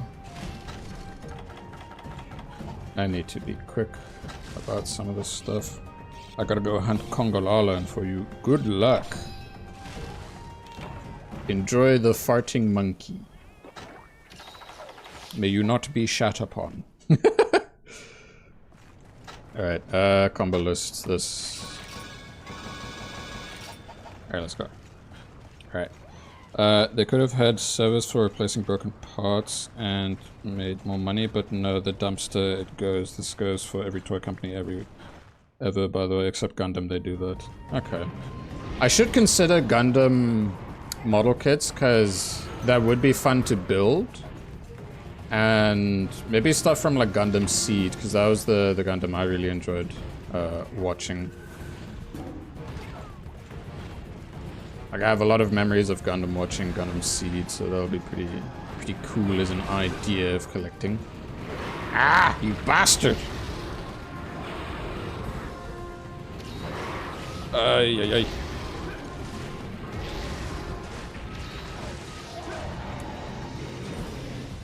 My cats are helping a lot with the heals, for sure. Is this thing moving to another area again? It is. Better be locked in. Boy, 5 minutes. Okay. Silence from me is what you're gonna get. Okay, I can't be too silent about it.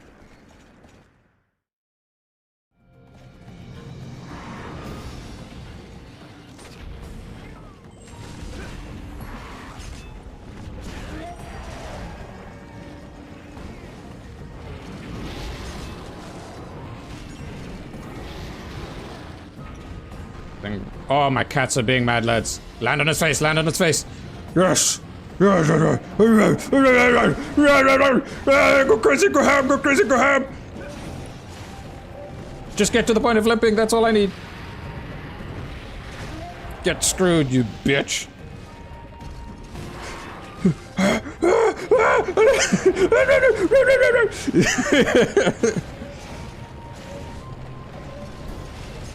The problem is that it is a subspecies. It's something I should have probably prioritized at the start of the quest. Because it has way more HP in comparison. 2, 3. Oh, not good.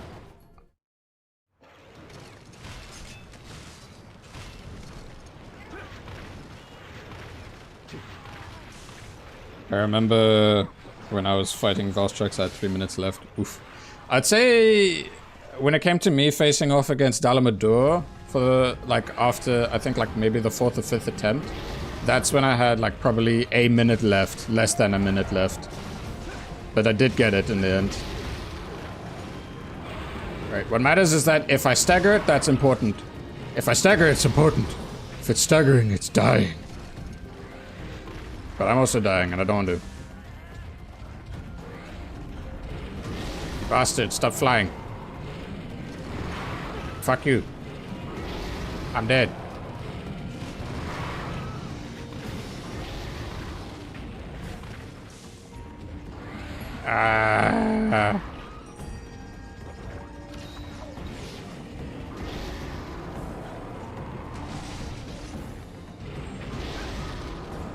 I don't have shells, I need shells. I'm being stupid right now. Yeah, it's fine if I time out for this quest.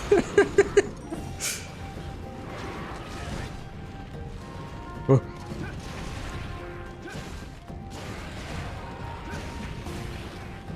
Next area. Ah, shit, I need it. I don't even have a paintball on it. Yeah, it's going that way.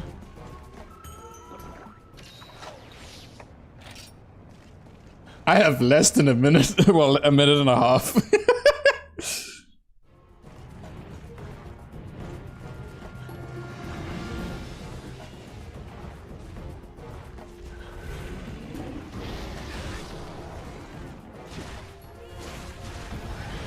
Shit. Just gambler, dude. Yeah, I know. I'm just gonna keep at it until I can't anymore.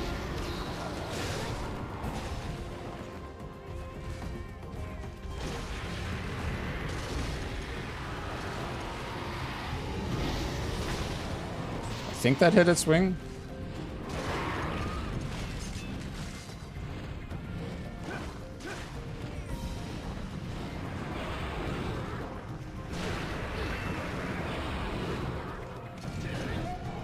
Ah, nice.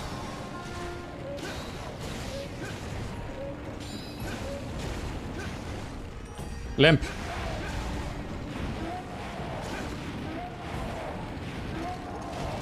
Limp. He's limping. How much time do I have? 13 seconds. Okay. Please go to this next area I'm going to right now so that I can capture it in the right amount of time. No, I'm gonna fail. I'm probably gonna fail. I'm gonna run out of time. Yeah. But I did get there. I did get there. I killed the one, didn't capture the... Excuse me, the other.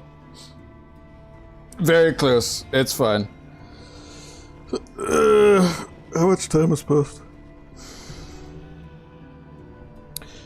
Well, if you're liking the stream so far, please leave a like. It'll help your boy a ton. Please and thank you. Greatly appreciated. Alright, let's go to slap it again. I will focus on the Azurathelos first this time around, because it does have more HP. Subscribed also. Hey, thank you. Well, I thought you should have used Shock Trap and Gamble it. Nice try though. I should have, but I panicked. A panic decision at the time, so I didn't. I should have. Ooh. Okay, let me go check on the Wycoon quickly, because I need to have more resources for stuff.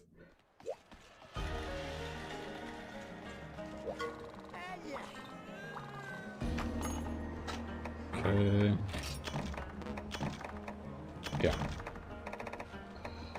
Also, just because I can,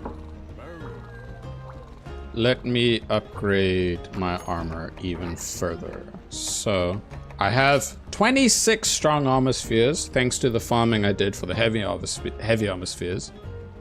So again, yeah, it's still 4 per level. So I'll do 2 upgrades here, Never mind, I'll do one upgrade here. Okay, well then that just makes it easier for me to commit to that.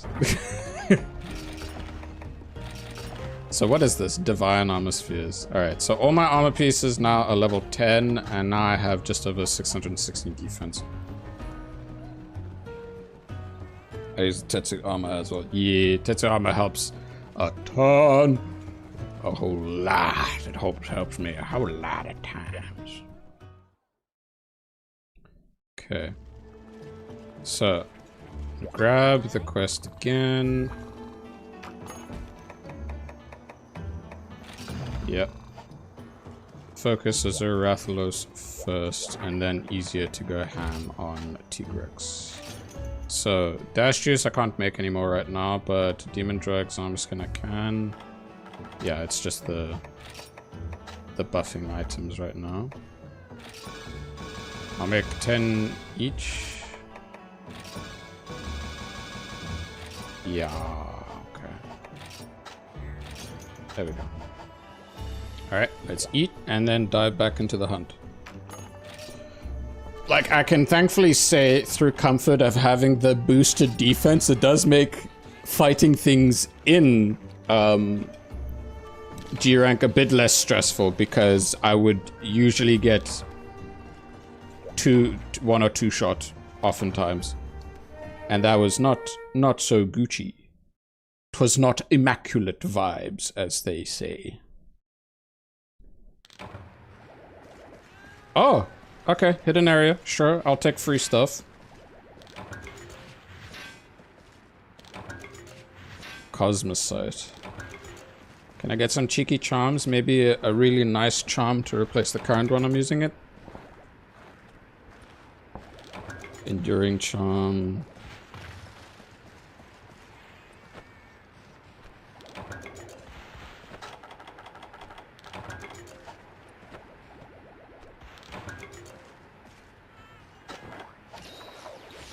Still haven't found the Congolalas. Oof. Oof. Monkey hard find. Hard monkey find. Monkey. Okay. I kind of have an idea of which spots to check now for the Azurathalos, because I was unsure about it before. Okay, if not here, then maybe in area here or the grassy place. I think it's this way, because it's definitely not gone to the one extra area. Here, no. Go back. I know there's a chance of finding it up at the nests. Probably. Probably. I don't know. No? I know it'll come here soon. Yeah. That is okay. Yeah, stay up there for now. Just stay there, don't fly down yet. I want to use a paintball on you. Ah, you bastard!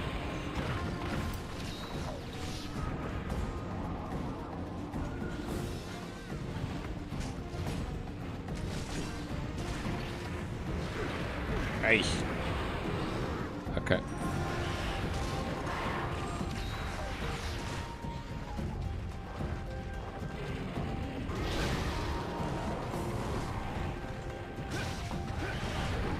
Oh, nice. Yo, Faye, good morning.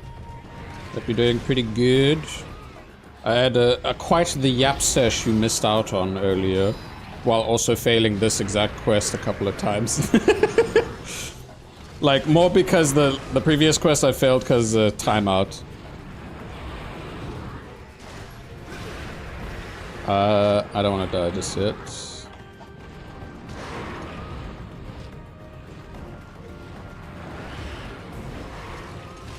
But yeah. Yo, G I died. I was gonna heal. Anyway, yo, G Hunter, what's up? Eh. I did beat the Shrouded Nacilla. It was a nice little cheeky quest to sort out. Upgrading the Gunlance was very much worth it at the end of the day. But me dying just now was not so worth it, in all honesty. But yeah, not only did I do that, off stream I farmed a whole bunch of armor spheres, and now I've got way more defense. So yeah. That's a statement. I did? Statement? Huh? I'm stupid. I forgot what I said. I completely forgot what I said. Alright, yeah, I'll paintball this guy so I know who he is.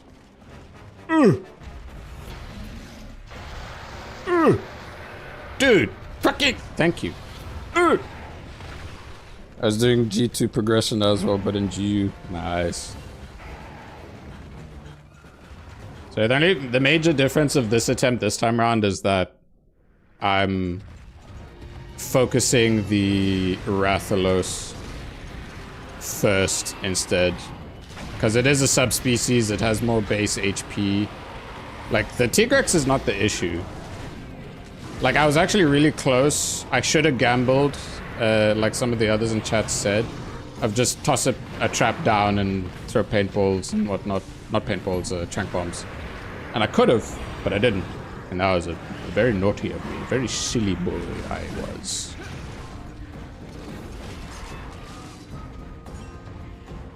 But yeah, I will be doing another stream on Wednesday for Arc-Tempered Jinder Hard, because I'm looking forward to slapping the big boy. Ah, you bastard.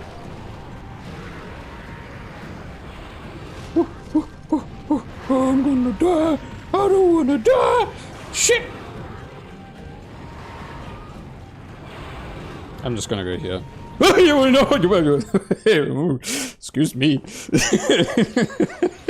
Sorry. That was a bit of that was genuine panic right there. You little eel prey. I'll probably head out, but I'll try make it to the next stream. Alright, thanks for coming to chill and such. I remember this quest. I think a Devil Joe showed up a bit in Rathalos Wing. Oh no, well that would be the third monster that pops up that I do not want to have. Oh god. Jump scare indeed. It was fun talking, brother. Yeah, same. You have a good one. Until next time. This cheeky bastard interrupted my cat from curing me of my poison. Oh wait, no, my poison did cure itself anyway. Oh, is he moving to another area? I'm gonna show up on the next stream. I'm curious for the gin. Nice. It'll be around about the same time. Morning stream. You're showing up late? Ah, don't worry. Well, I mean, there is at least the VODs. I will talk about something that I did try out earlier. Oh. That was the fact that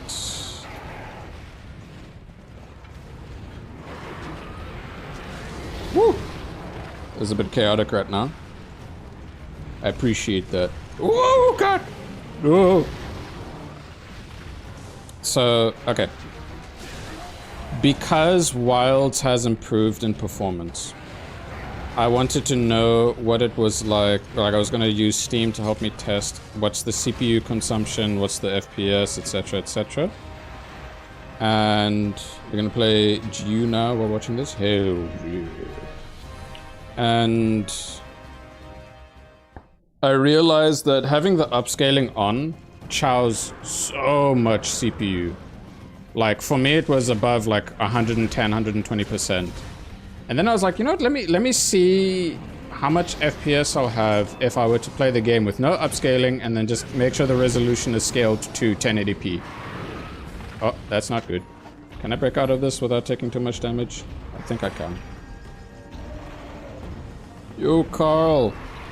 How do you even get yourself into this type of situation? Hello.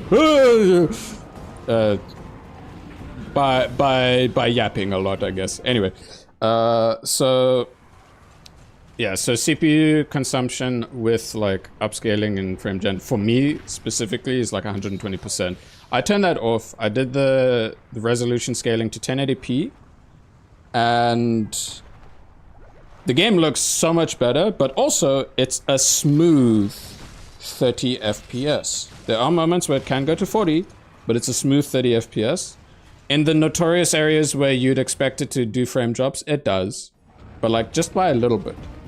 So the fact that my CPU usage went from 120 to flipping like 120 to 60% is bonkers. It's like, damn, that's really good. Oh. So with that, I am gonna do some testing to see if I can record and stream wilds at the same time. If I can, then that means for the Monster Hunter Wilds fresh save with light bowgun, I could potentially stream it.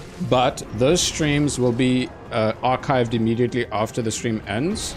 And the next time you'll probably see anything in regards to it is the actual videos when I edit them and they come out, etc, etc. So yeah, that's something I'll be testing after this stream. Today, let's do like an unlisted test stream and see, because like when I tried last time, it kept saying like CPU overload, and it makes sense for it to go above like 100% CPU usage while playing with freaking upscaling, and it doesn't look as beautiful as the real native scaling. Anyway, so yeah, another thing earlier from the big Yap sesh is conversations about other games that I'd potentially do. Like, I can at least say for now that for the 4U stuff is gonna go on for a good while, because I know that the grind is probably gonna be quite arduous for going into, you know, getting the Crimson Fatalis unlocked and fighting it. But also bonus content after the Crimson Fatalis is to showcase the funny... Oh, you cheeky bastard. Showcase the funny event quests that are in for Ultimate. So that'll be like a bonus finale stream. In terms of when that happens, it really depends. It's like really hard to say. But I can say for sure that base wild stuff, the last bit of content that it gets before the expansion will be Arc Tempered Arc Velt, and on the main save I will stream that. And then in obviously for the light bowgun stuff, you'll see that too. What else? Back to the main topic at hand. When Stories 3 comes out, I am contemplating whether I should do a Let's Play thing of that as well, or stream it. But I do want to stream the other Monster Hunter Story games. So like maybe either after the 4U streams, what will take up its slot will be Stories 1, or maybe World Rise or 3 Ultimate as an option for streaming. It depends.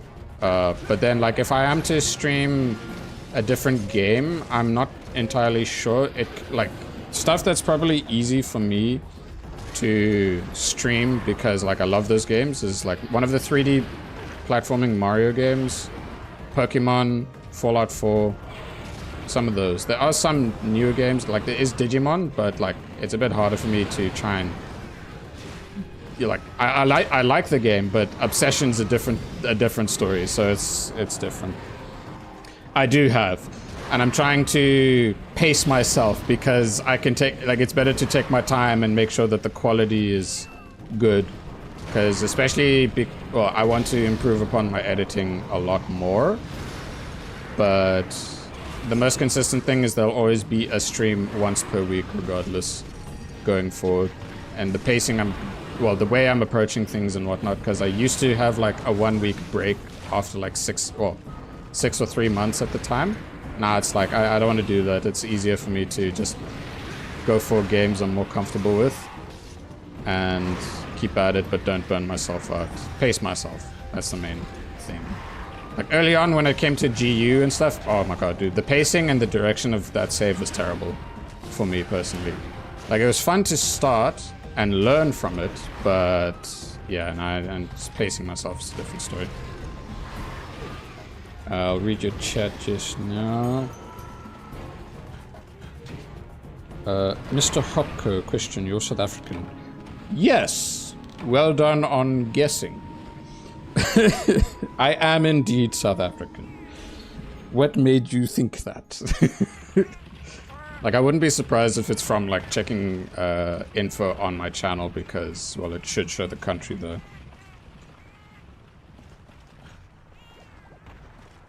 This... I love GU, probably my favorite Monster Hunter game. Yeah, no, GU is fantastic. It's just, the streams that I did, where it's like 3 times a week and maybe like 4, 5, 6 hours at a time, and it was ridiculous. And I was trying to play it the way I normally do, whereas I should have like set it up a bit differently, like how I'm doing with 4U. 4U's approach is 10 times better, I can tell you that much. Yeah, I knew that accent sounded familiar. What's good, my fellow South African? Oh, yeah, also. How's it? How you doing? Hell yeah. Yeah, I'm doing good. I'm doing good. Might have a braai on Christmas Day. I don't know. We'll see. I mean, well, we're going to be visiting some family friends. They might be doing a braai. Don't know. Just pace yourself, my boy, as long as you enjoy it. Yeah, exactly. I'm doing that. I'm doing that. I think the only time I'd become more of like a nervous mess is when it comes to games that I'm trying to get used to showing off. So yeah. In time. In time. Okay, this cheeky bastard still here.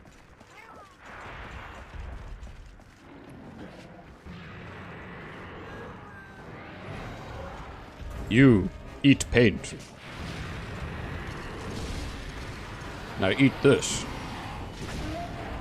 Awesome. But yeah, I got a lot of plans, and my problem is that I overthink a lot. So it's very, very difficult for me to, at times, pace myself. I'm getting better though. I have awareness of it, and that's the most important thing. How's the hunt? So far, this one is doing better than the other two. The previous hunt, I yapped a bit too much instead of slapped. So, yeah, I was supposed to slap more than yap, and the timer happened, but otherwise pretty good. I found Azure Wrath on Freedom Unite for like 3 hours. Still no Wrath Ruby. Oof. I farmed... Yeah, I pushed for that grind as well, because for high rank Freedom Unite, I used the full Azure Wrath set. Oh wait, no. G rank is when I did the full Wrath set. In high rank, I had the full the Silver Wrath set. And that was something, because that needed the rubies on each frigging part. It was a pain to try and get all of them, but I did get them in the end. Several weekends worth. I had my homie, my best friend, help me out with that, which was really epic.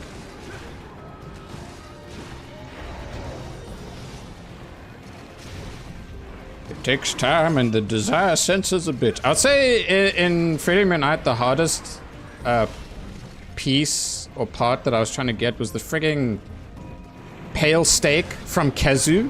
It took me like 36 hunts of the frigging, like just a regular Kezu, just to get a stupid pale steak. I eventually got it though. Was it worth it? Yes. So that me and my homie could beat the shit out of the double Kirin quest. And we got it. Like, he was lucky, he got it on his 3rd try. But I'd say the worst luck I had with RNG and Desire Sensor was in Rise, where it took me 50 hunts for Magnamalo base Rise to get the Magnamalo gem. Was it worth it in the end when I got it? Yes. Yes. Bang. Oh. Can this thing, like... Can you, like, chill and, like, stop moving for a little bit so I can, like, jump and slap on you and... You bastard, you moved as soon as I jumped! Alright, let's see.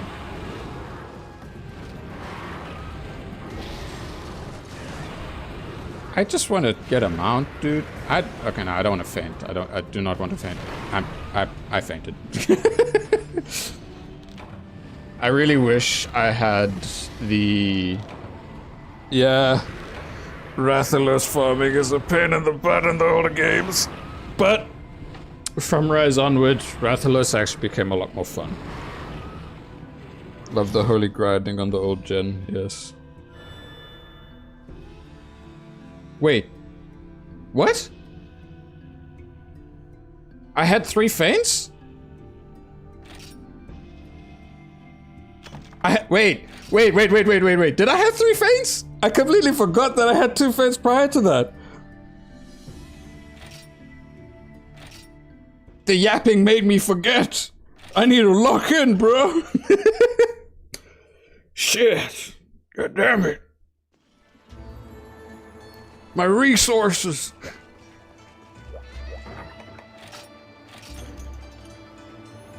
Well, I'm still good except for the dash juice. Oof, indeed. Alright, I need to lock in. I really need to lock in. How long have I been streaming for? 2 hours, like just over 2 hours. I've yet to actually beat the second bloody quest. Like, I can. It's fine. Like, I can get there. I got them to the point in one of the quests. It's just... Yeah. I can't get good. Yeah, no, Silver Ratha's fight is really fun.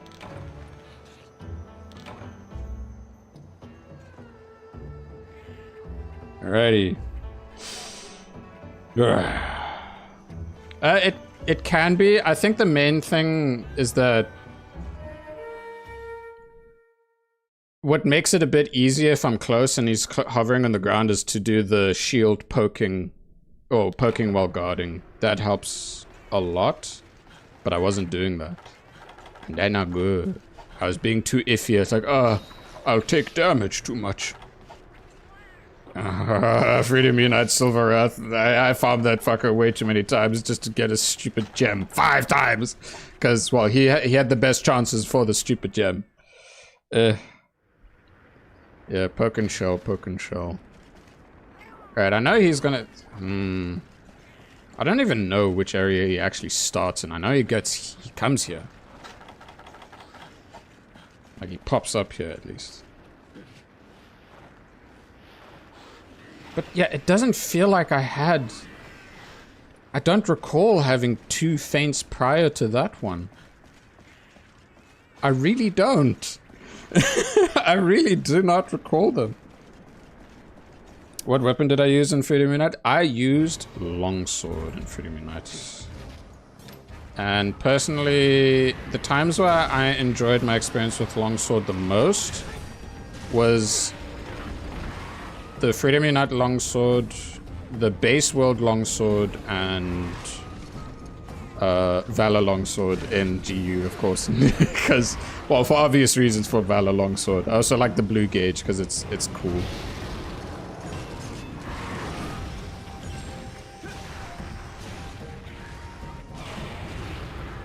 So yeah, like, when it comes to other weapons, again, it really just depends on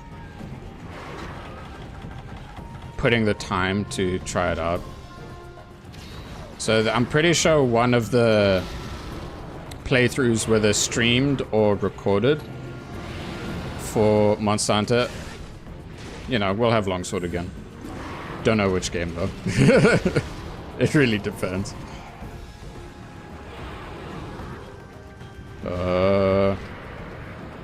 I really wish I had some... whatchamacallit?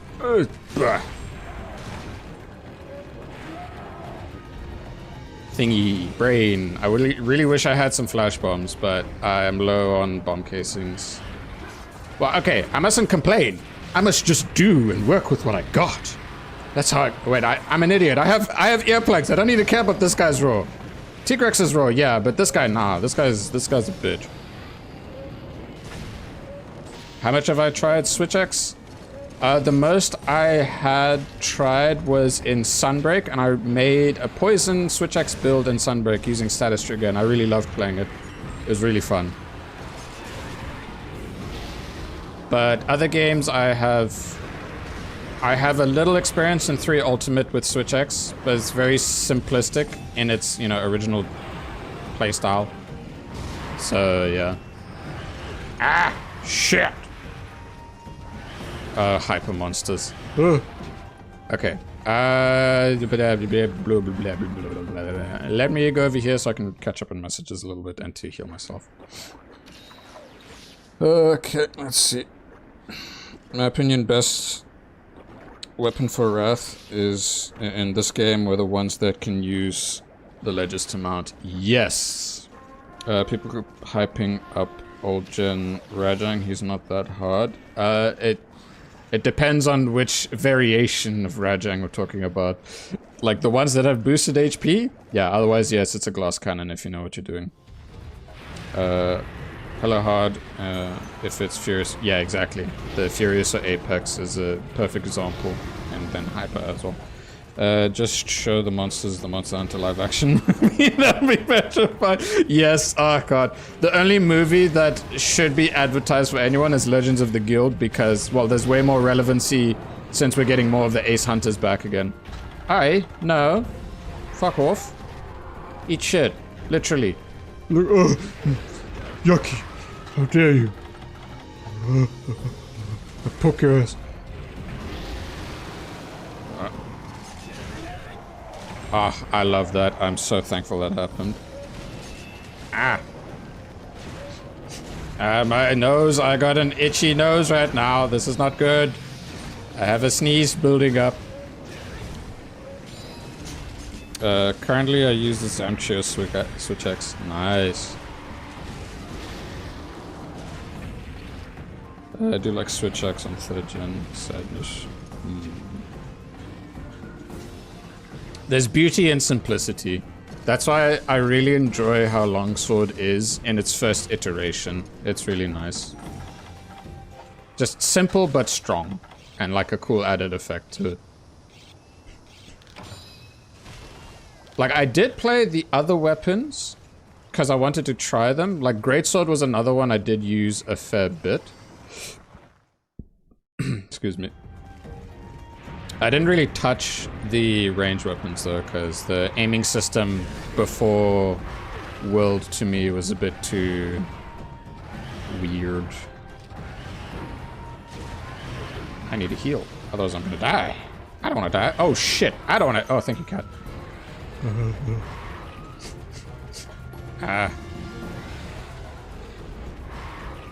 Can I heal safely with this? Probably not. Never mind. I take my words back. You eat shit. I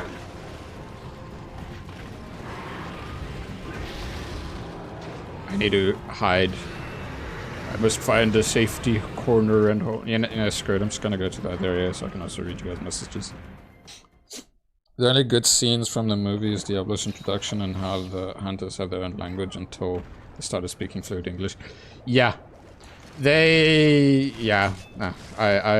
deeply regret watching that movie in all honesty. But at least I experienced it to tell other people, do not watch such blasphemy. People say LS needs counters, but I like the 4U LS. Really simple gameplay loop. Yeah.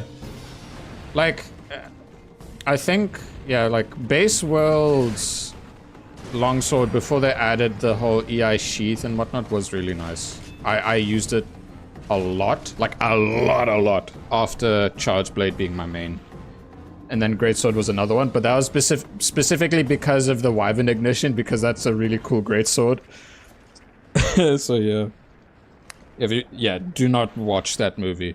If you're gonna watch anything, the Netflix Legends of the Guild, watch that. That's definitely much more worth it. Especially if you thoroughly enjoyed the story of 4U and in turn connecting into Wilds even more. I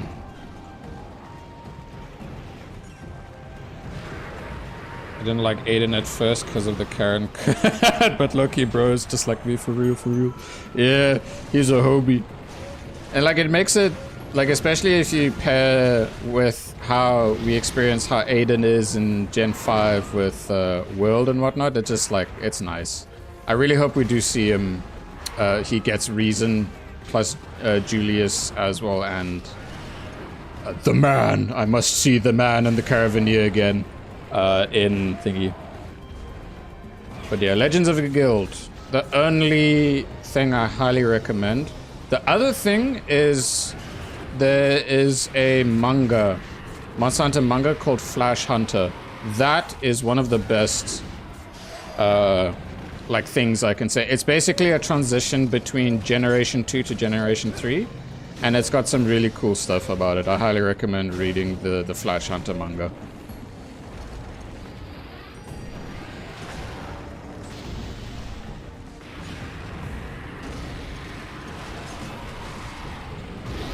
Shit! I'll read your messages just now when I'm not in the process of dying. Oh.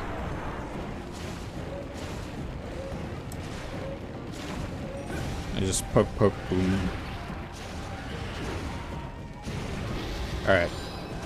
Well, the cats are still occupying the big boy. Let me just heal up a little bit. And this.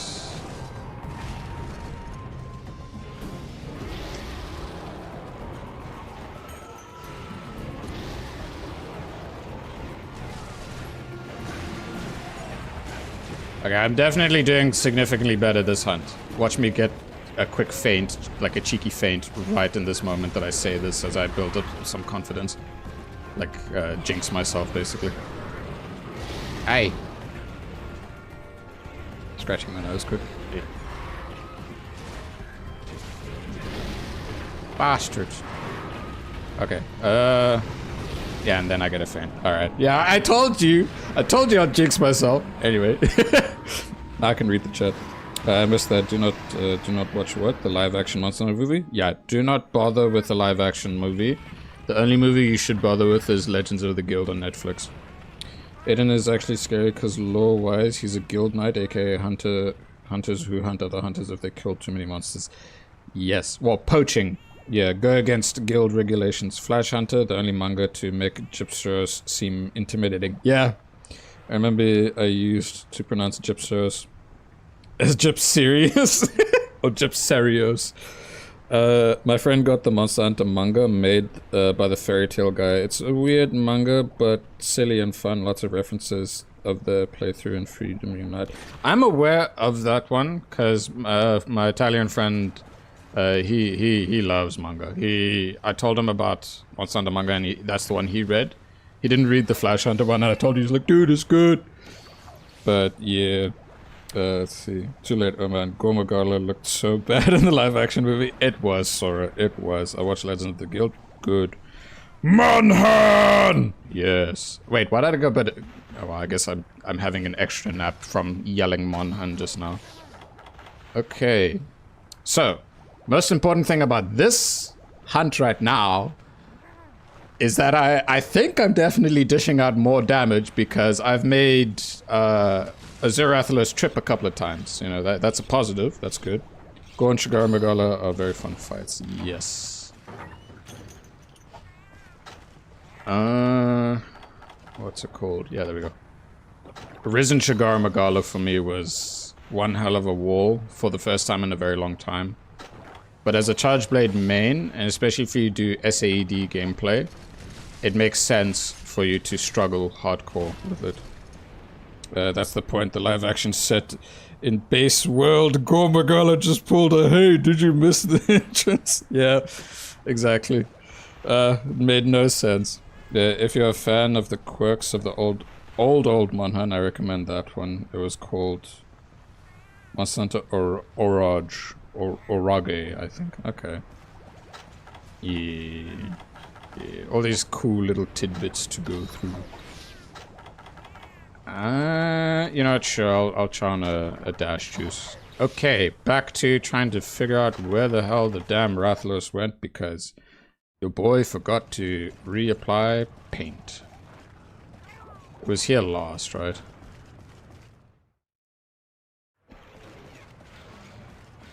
No, twas not. Couldn't have been. Okay, I think it's in area 2 if it's not in... Well, wait. Yeah, no, I was about to read it as orange, but then without the N, I was like, is it... well, because manga, is it orage? Orage? I don't know, man. I need to first hear someone pronounce it properly to then be able to mimic it better.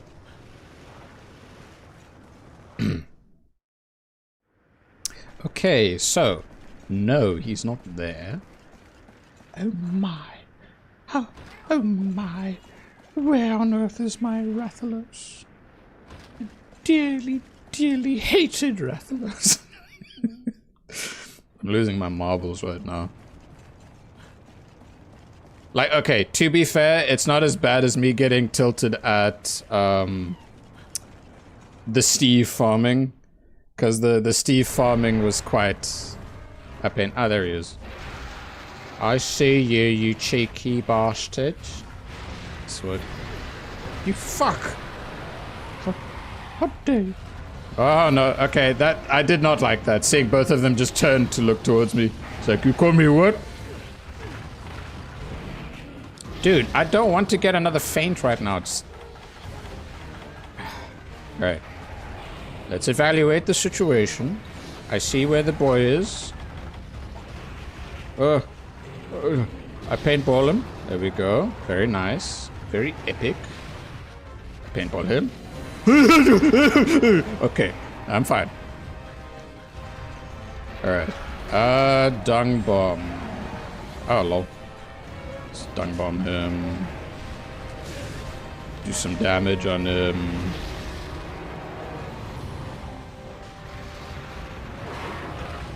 That was dumb.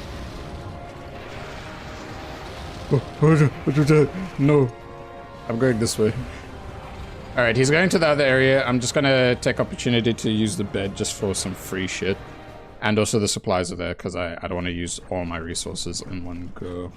Loki Kieran deserved it. Next time I hope Rajing does more than just breaking its horn.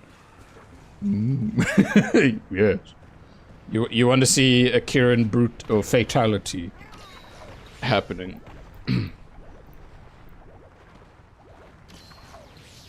Fatality.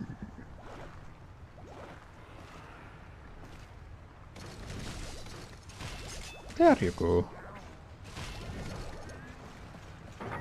I found funny that they have some bonus chapters about the riders buying Freedom Unite on release, trying weapons for getting antidotes and things like that. Yeah, that sounds like a good time with the homies of playing Monster Hunter. It's like, ah, shit, I forgot this item. Fuck. What do we do? I know that I'm aware that in the Fairy Tail manga, there's some exclusive monsters there that they fight. And I know that there's some stuff in like the OG concept art.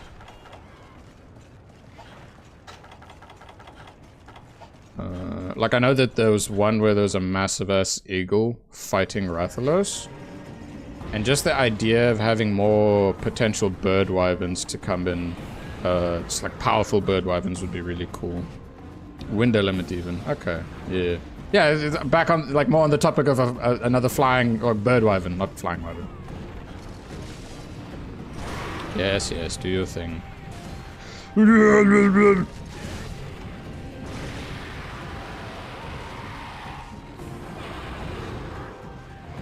Like, I think out of all the Monster Hunters, I think Frontier is probably where they definitely had more bird wyverns that were like really more like up on the power scaling. You cheeky! Snack wyverns. Well, I mean, oof! You gotta be kidding me, dude. Okay, now I know. I only have one feint left.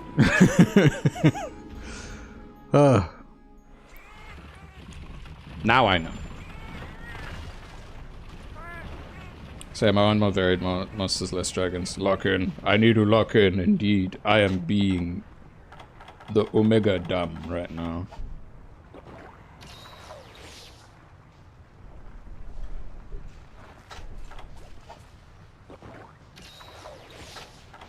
Okay. I need one hand game that has dark setting, berserk setting, maybe Capcom. Or a giant cave arm thing. Cave arm thing. Is that the like type of cave spider like creature?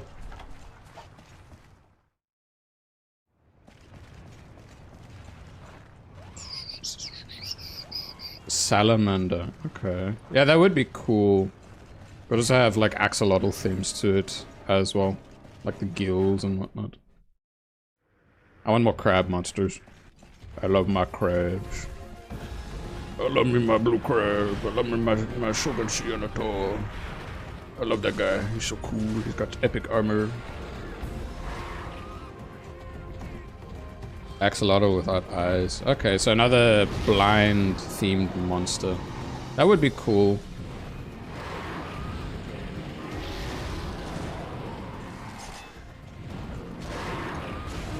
Haha, get wrecked. I broke his back. I broke his face. His wings are broken too.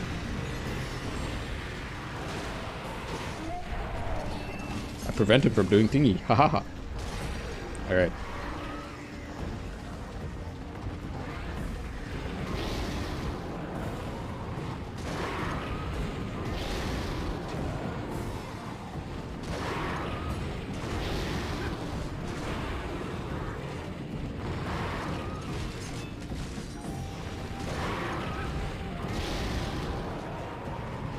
Is he... Okay. I was like, what's he doing?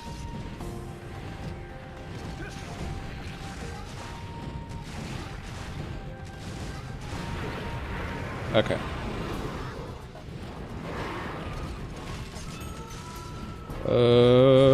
Yeah. Just wait a little cheeky bit, because this guy's being a bitch. I'm also being a bitch, because I'm playing cautious.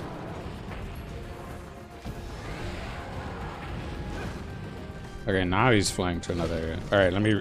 Dark Fantasy, Monhan, like, closest thing to that we have is, like, Elden Ring or Night Rain. Something like that.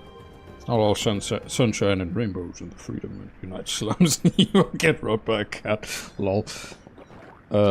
This one, Giganox back. Yeah, Giganox pretty sick. When I was younger, I would study, like, every monster there was. Yeah. That is true enjoyment and obsession of a game. That is good and healthy. It allowed you to focus your mind on things that truly mattered. Epic. Epic stuff.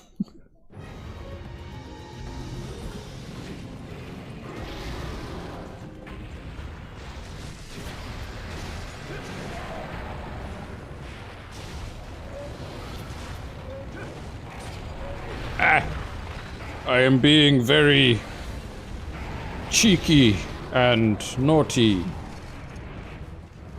Haha, nah, I know your trick. I know that trick. You can't do that to me.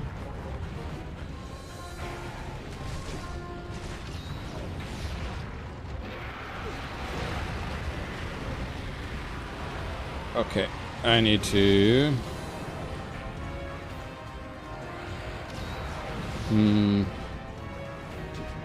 Please just fly to that area. Okay, yes, cool. I don't have to worry about the dung bomb now, so I can just go back here, hit top up. And he's that side.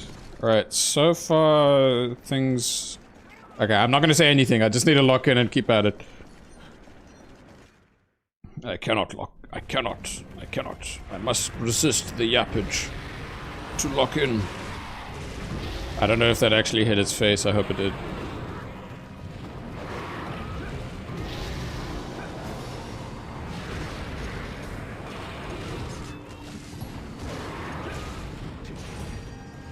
Come on, get closer.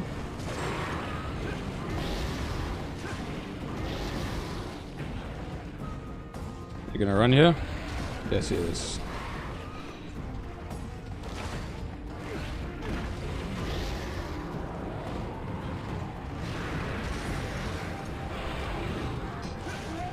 Nice. Bang. Very good. Okay.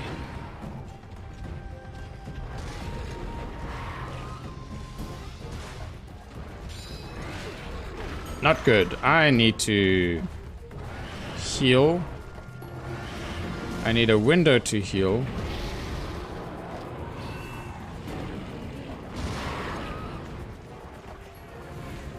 Okay. Alright. Okay. That's my window. That's my window. That's my window. Okay, no, I'm fine. You bastard. Fuck you. Okay.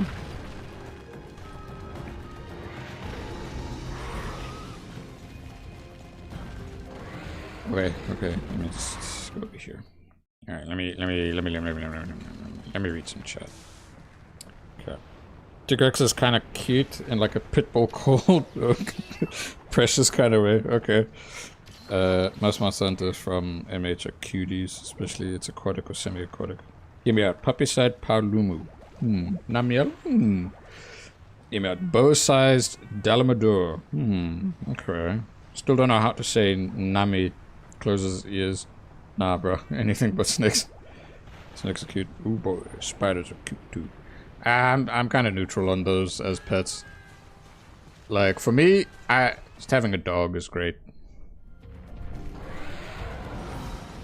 Cats, I'm a bit iffy because of just how they can be. They can be quite funny. Some of them can be really good, but it's just... I like dogs more. I don't hate cats. I just like dogs more. Animals, only animals that aren't cute to me are certain mammals. Uh-oh, both big boys are here now. Where's the poop? There's the poop. You, eat shit! That was so stupid to jump and get blasted right there. Any other animal you can think of would be considered cute to me. Okay. Alright. Maybe a fish. Like a goldfish. The ones with those ugly eyes that look like they popped out of its skull. That's just my opinion. I'm not a fan of that look. Alright, you can be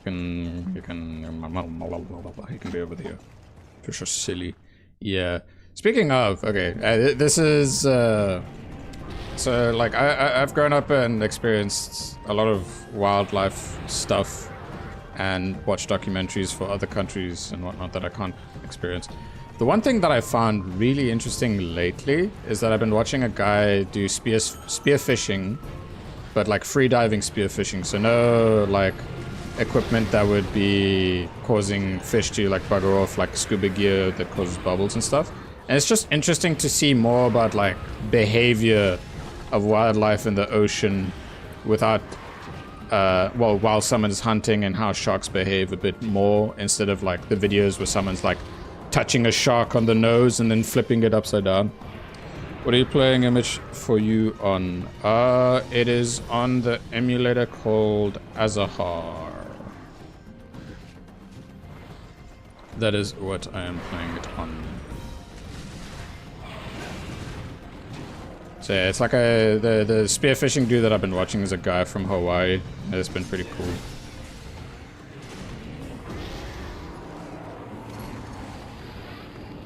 But one thing about Azahar, when it came to me looking for emulators, is that it has to be an official game rip, like your own copy, well, most preferably your own copy of the game from your device, to then be able to let it run. If you just like find it somewhere of sites that you're not supposed to, there's a high chance it may not work.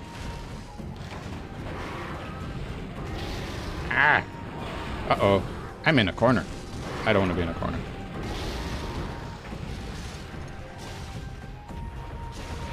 I mean, it's just how it is. Like, I didn't want to... If I couldn't use my actual games from my 3DS, then I wouldn't be streaming 4U or 3U, because 3U is the other one that I could. Also... Oh? Capture time? But yeah, my main save, I still play it on my 3DS. This is just the stream save exclusively for you guys. Wow, special treatment. But yeah, you need a ROM from 3DS itself as a yeah, okay, cool. I'm glad I got that confirmation. Because, like, the only time I bothered with modding... I've got some drift right now. The only time I bothered modding my 3DS was, like, sometime after the official support was done. That's the only time that I'd ever consider doing that for the console. Okay. Where is the trap? There it is. Whee! Ha ha ha, yay! Boys, I did it. I locked the fuck in for Azerathlos. Now I need to lock the fuck in for Tigrex.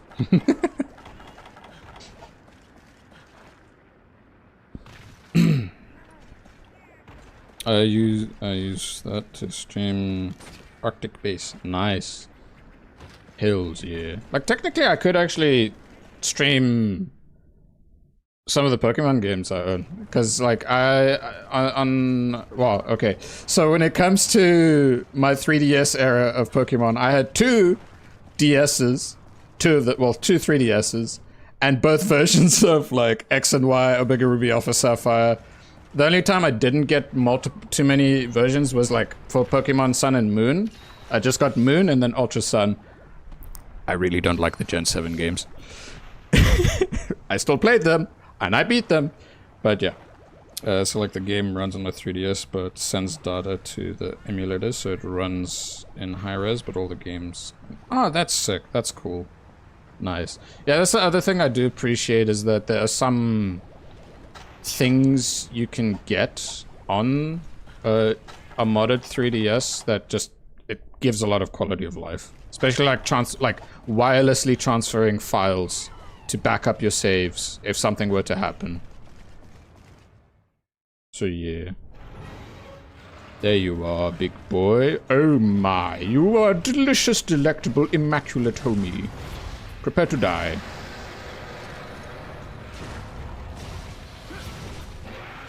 Ah. I should also not be too cocky about this. Is it possible to do multiplayer on Azahar? I don't know. I've not tried or looked into that.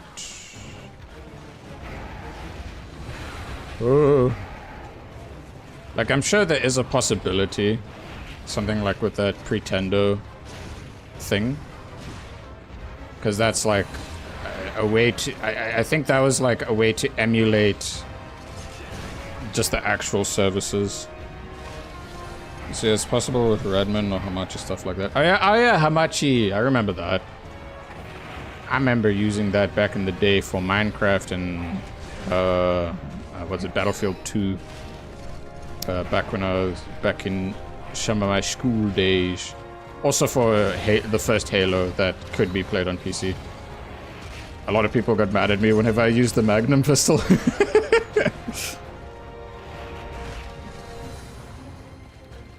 Basically, yeah, Hamachi just turns it into local play. Whereas if you use, I assume, Pretendo, it then works like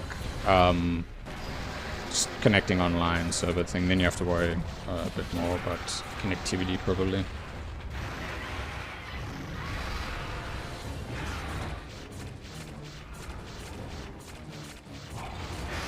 Nice. Wait, do I have? Yes, I do. Making my camera go crazy.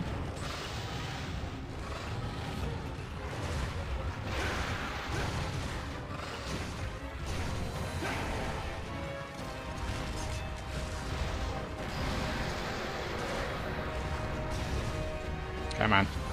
No? Okay. Come on. Okay. Let me back up a little bit for you. There you go. Oh, no, that's bad.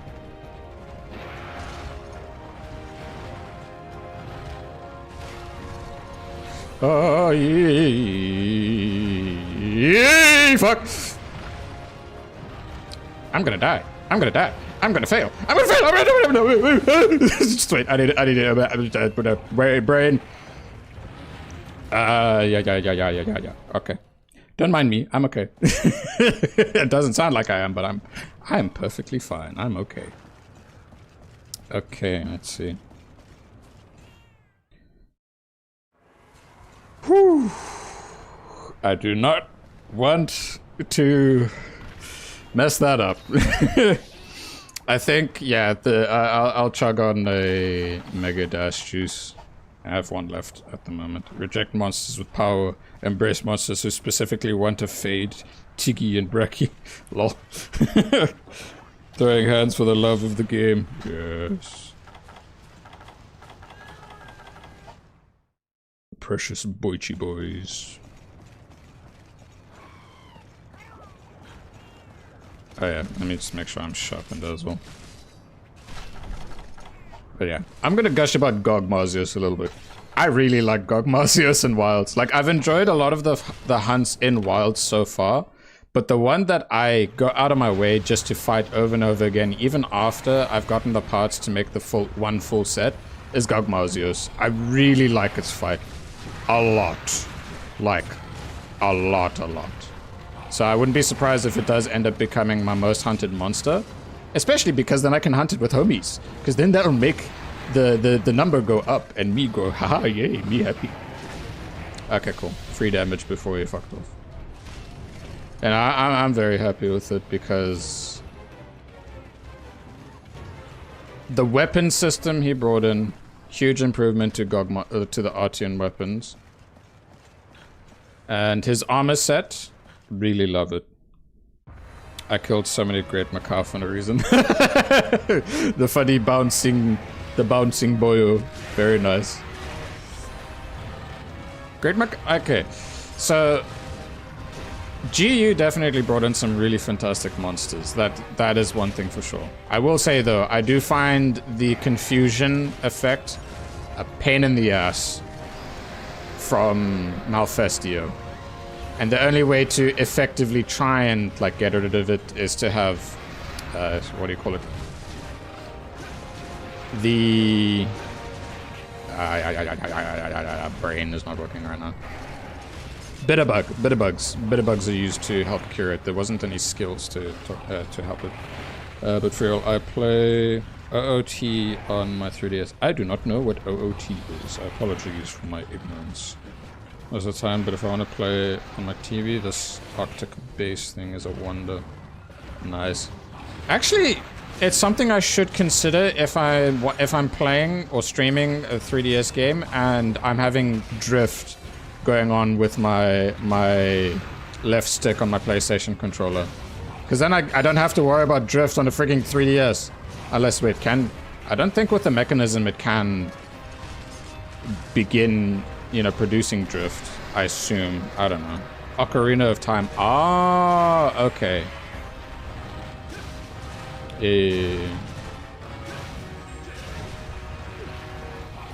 I'm fine.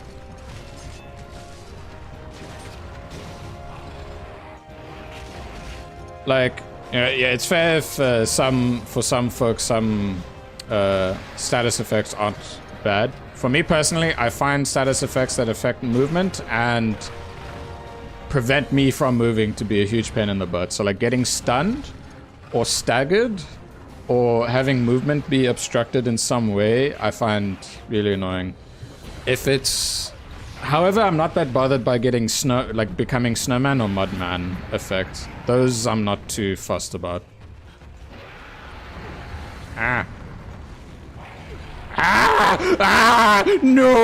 I don't want to die, please! Okay, now I'm fine.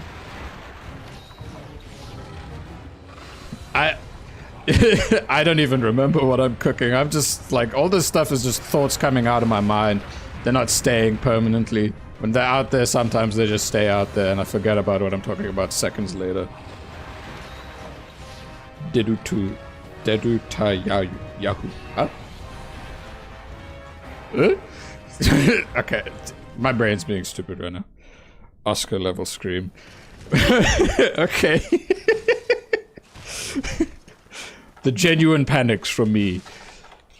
are cinema for you.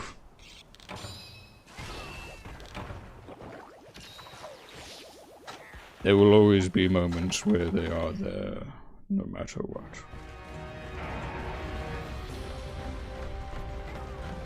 Oh, Tiggy.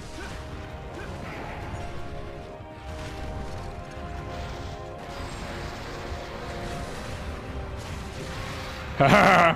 Okay. Your misfortunes bring me great joy, Jester. Yes. Quite so, quite so. Quite right. Yes, indeed. Ah, yay. I entertain myself with them too at times. I can't promise horror games. I can tell you that. I do not like horror games at all. So for those who wish to watch me play such things, sorry. There'd have to be an aspect in the game that I already played that is horror that I'd be like,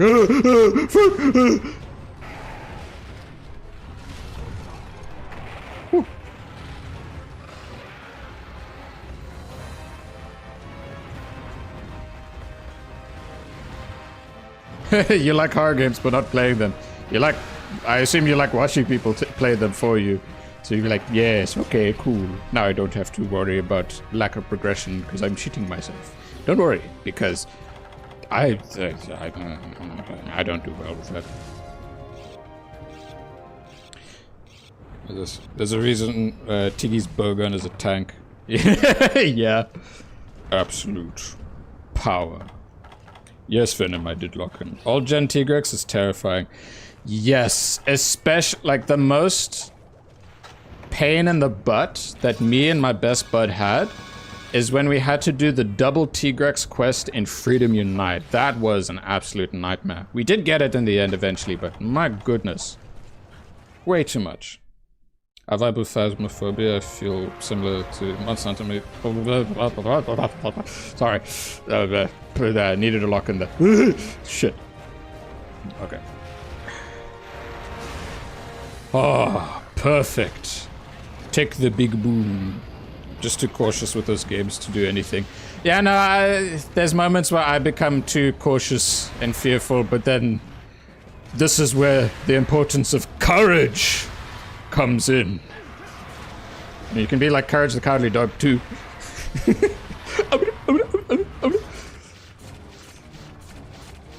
Double Brute Tigrex Hunt and the Portable is waiting for a certain summon. Oy, oy, oy. Oh my. I will say though, in terms of Tigrex, I am very happy with Molten Tigrex. I love that big boy. He's so cool.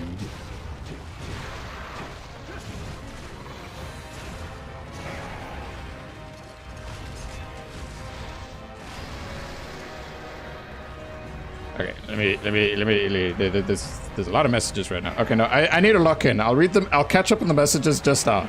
I have 10 minutes left on this hunt. I need to lock in. I apologize. Like, I actually do want to make sure that this quest is done before I end stream. Well, do I have to worry about lunch today? Well, I mean, yeah, duh, I have to worry about food. Who wouldn't? What am I gonna do? Starve myself? Like, whoa, bro. Totally epic. How? How is it epic? Okay. Yeah, yes, I will catch up later. With the chats and stuff. I need a heal or I'm gonna fail. Thank you, Cat, for being an absolute chad. Thank you, Cat, for taking the hit. No stagger? No stagger. Okay, I need to heal badly. Uh-oh. Uh-oh. Uh-oh. No, I'm fine. A star for our entertainment. No, that is where I draw the line. I enjoy meals and cooking. That is my other enjoyable hobby. Well, I mean, okay, technically I did prep a meal to last for a good couple of days. Like portion-wise, on Saturday. So I'll just warm that up. So I guess, yeah, you guys get some extra time with me. I guess. You have to suffer with my presence.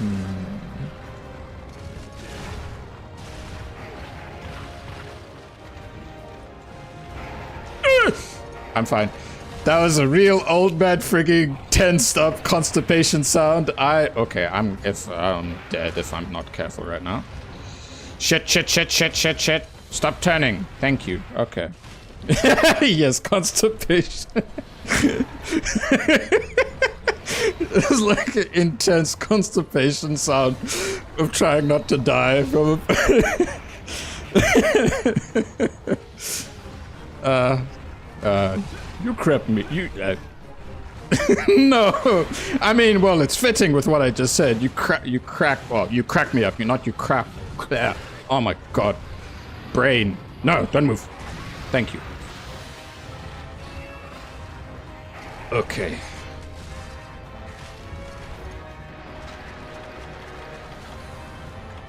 Can I be cheeky and get a sharpening? Nah, it's probably stupid to try and do that, so I'm not gonna do stupid. Hey! Are you up? He is up.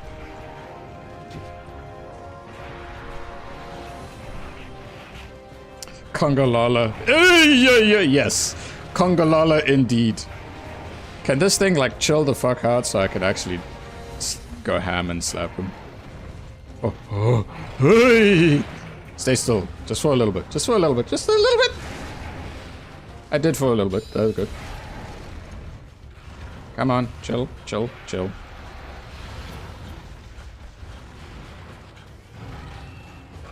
What am I doing? I need to lock in. I need to do damage, even when he's like being all like all these things.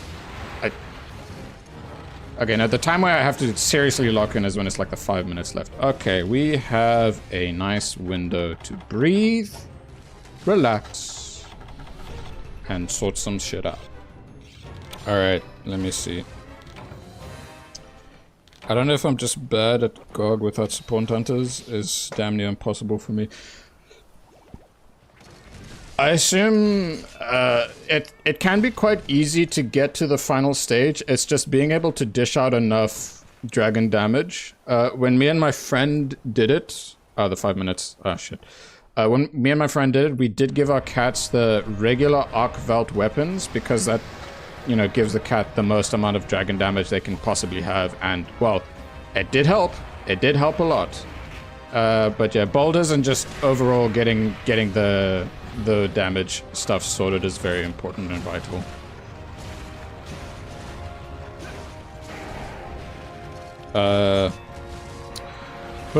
Wait a minute. I can do this. Okay, let me read the chats because I wanted to catch up quickly.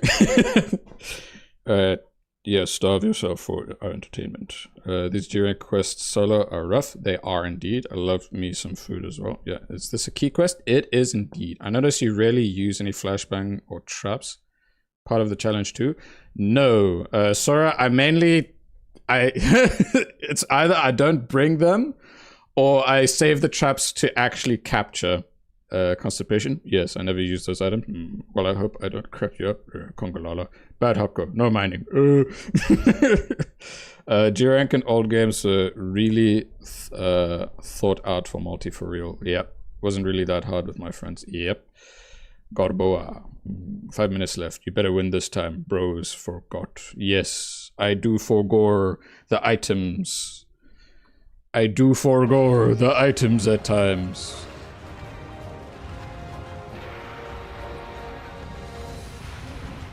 Come on. Stop here. Awesome. Mount? Well, no mount, but I got damage, which is important. Flash and Grathalos. Yeah, it would have, but here's the thing. Usually in a regular save, I would have more resources to do that stuff. Ugh.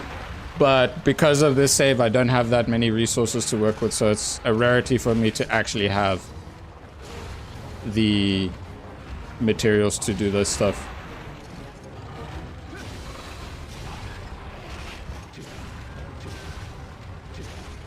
Yes! I need to kill him! Where are you going?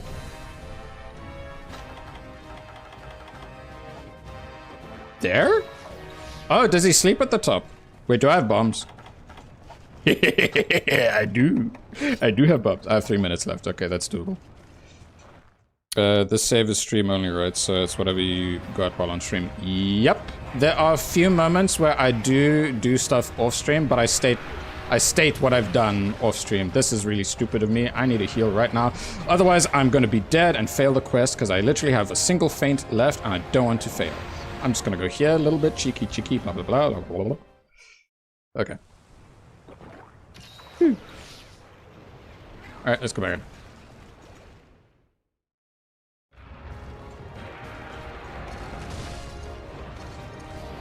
Please. I think that hit the tail.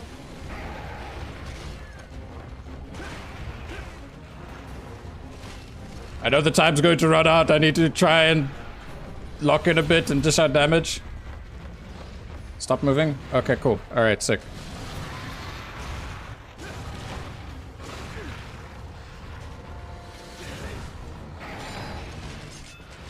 This stream is not good for my heart. I'm sorry.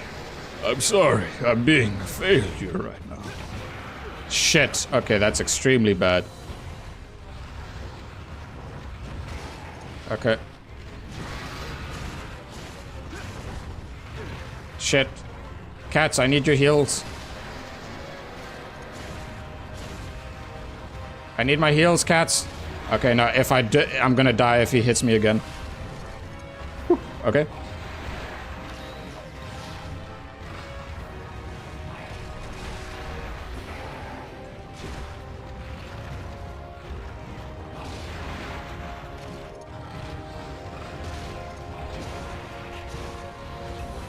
Come on. I'm scared. I'm panicking. I'm being a bitch. Come on.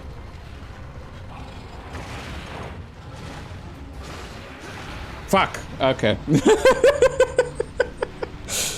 Yeah, dude.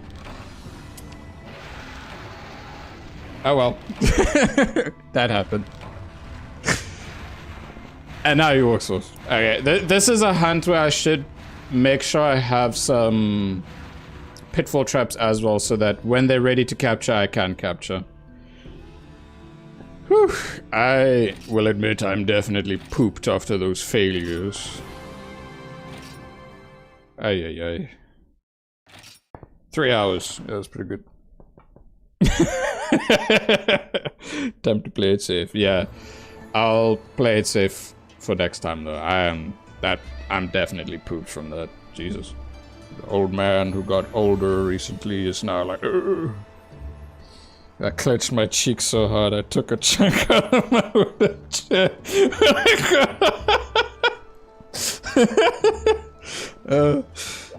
Just imagine the fucking constipation sound I made earlier paired with that. It's like, it's like, no, don't die, don't fail. Alright. Let's have a look-see with what the Wycoon has on offer. F for the chair. Exactly, dude. Exactly, bro. Yeah. Alrighty. So yeah, I did multiply Ivy. I did multiply Sap Plant. So I can at least promise that off-stream I will do some material grinding so that I have more Mega Dash Juice, not paintballs, Flash Bombs, and what else is there? Pitfall Trap as well, not just Shock Trap. Problem with Gunlance is that the weapon is slow for the damage to be worthy. Yeah, it's mainly fighting for the controls, but I'm getting better at it. And your weapon is already at the max of what you... Nope, it is at the second last. I can show you by... well, showing you.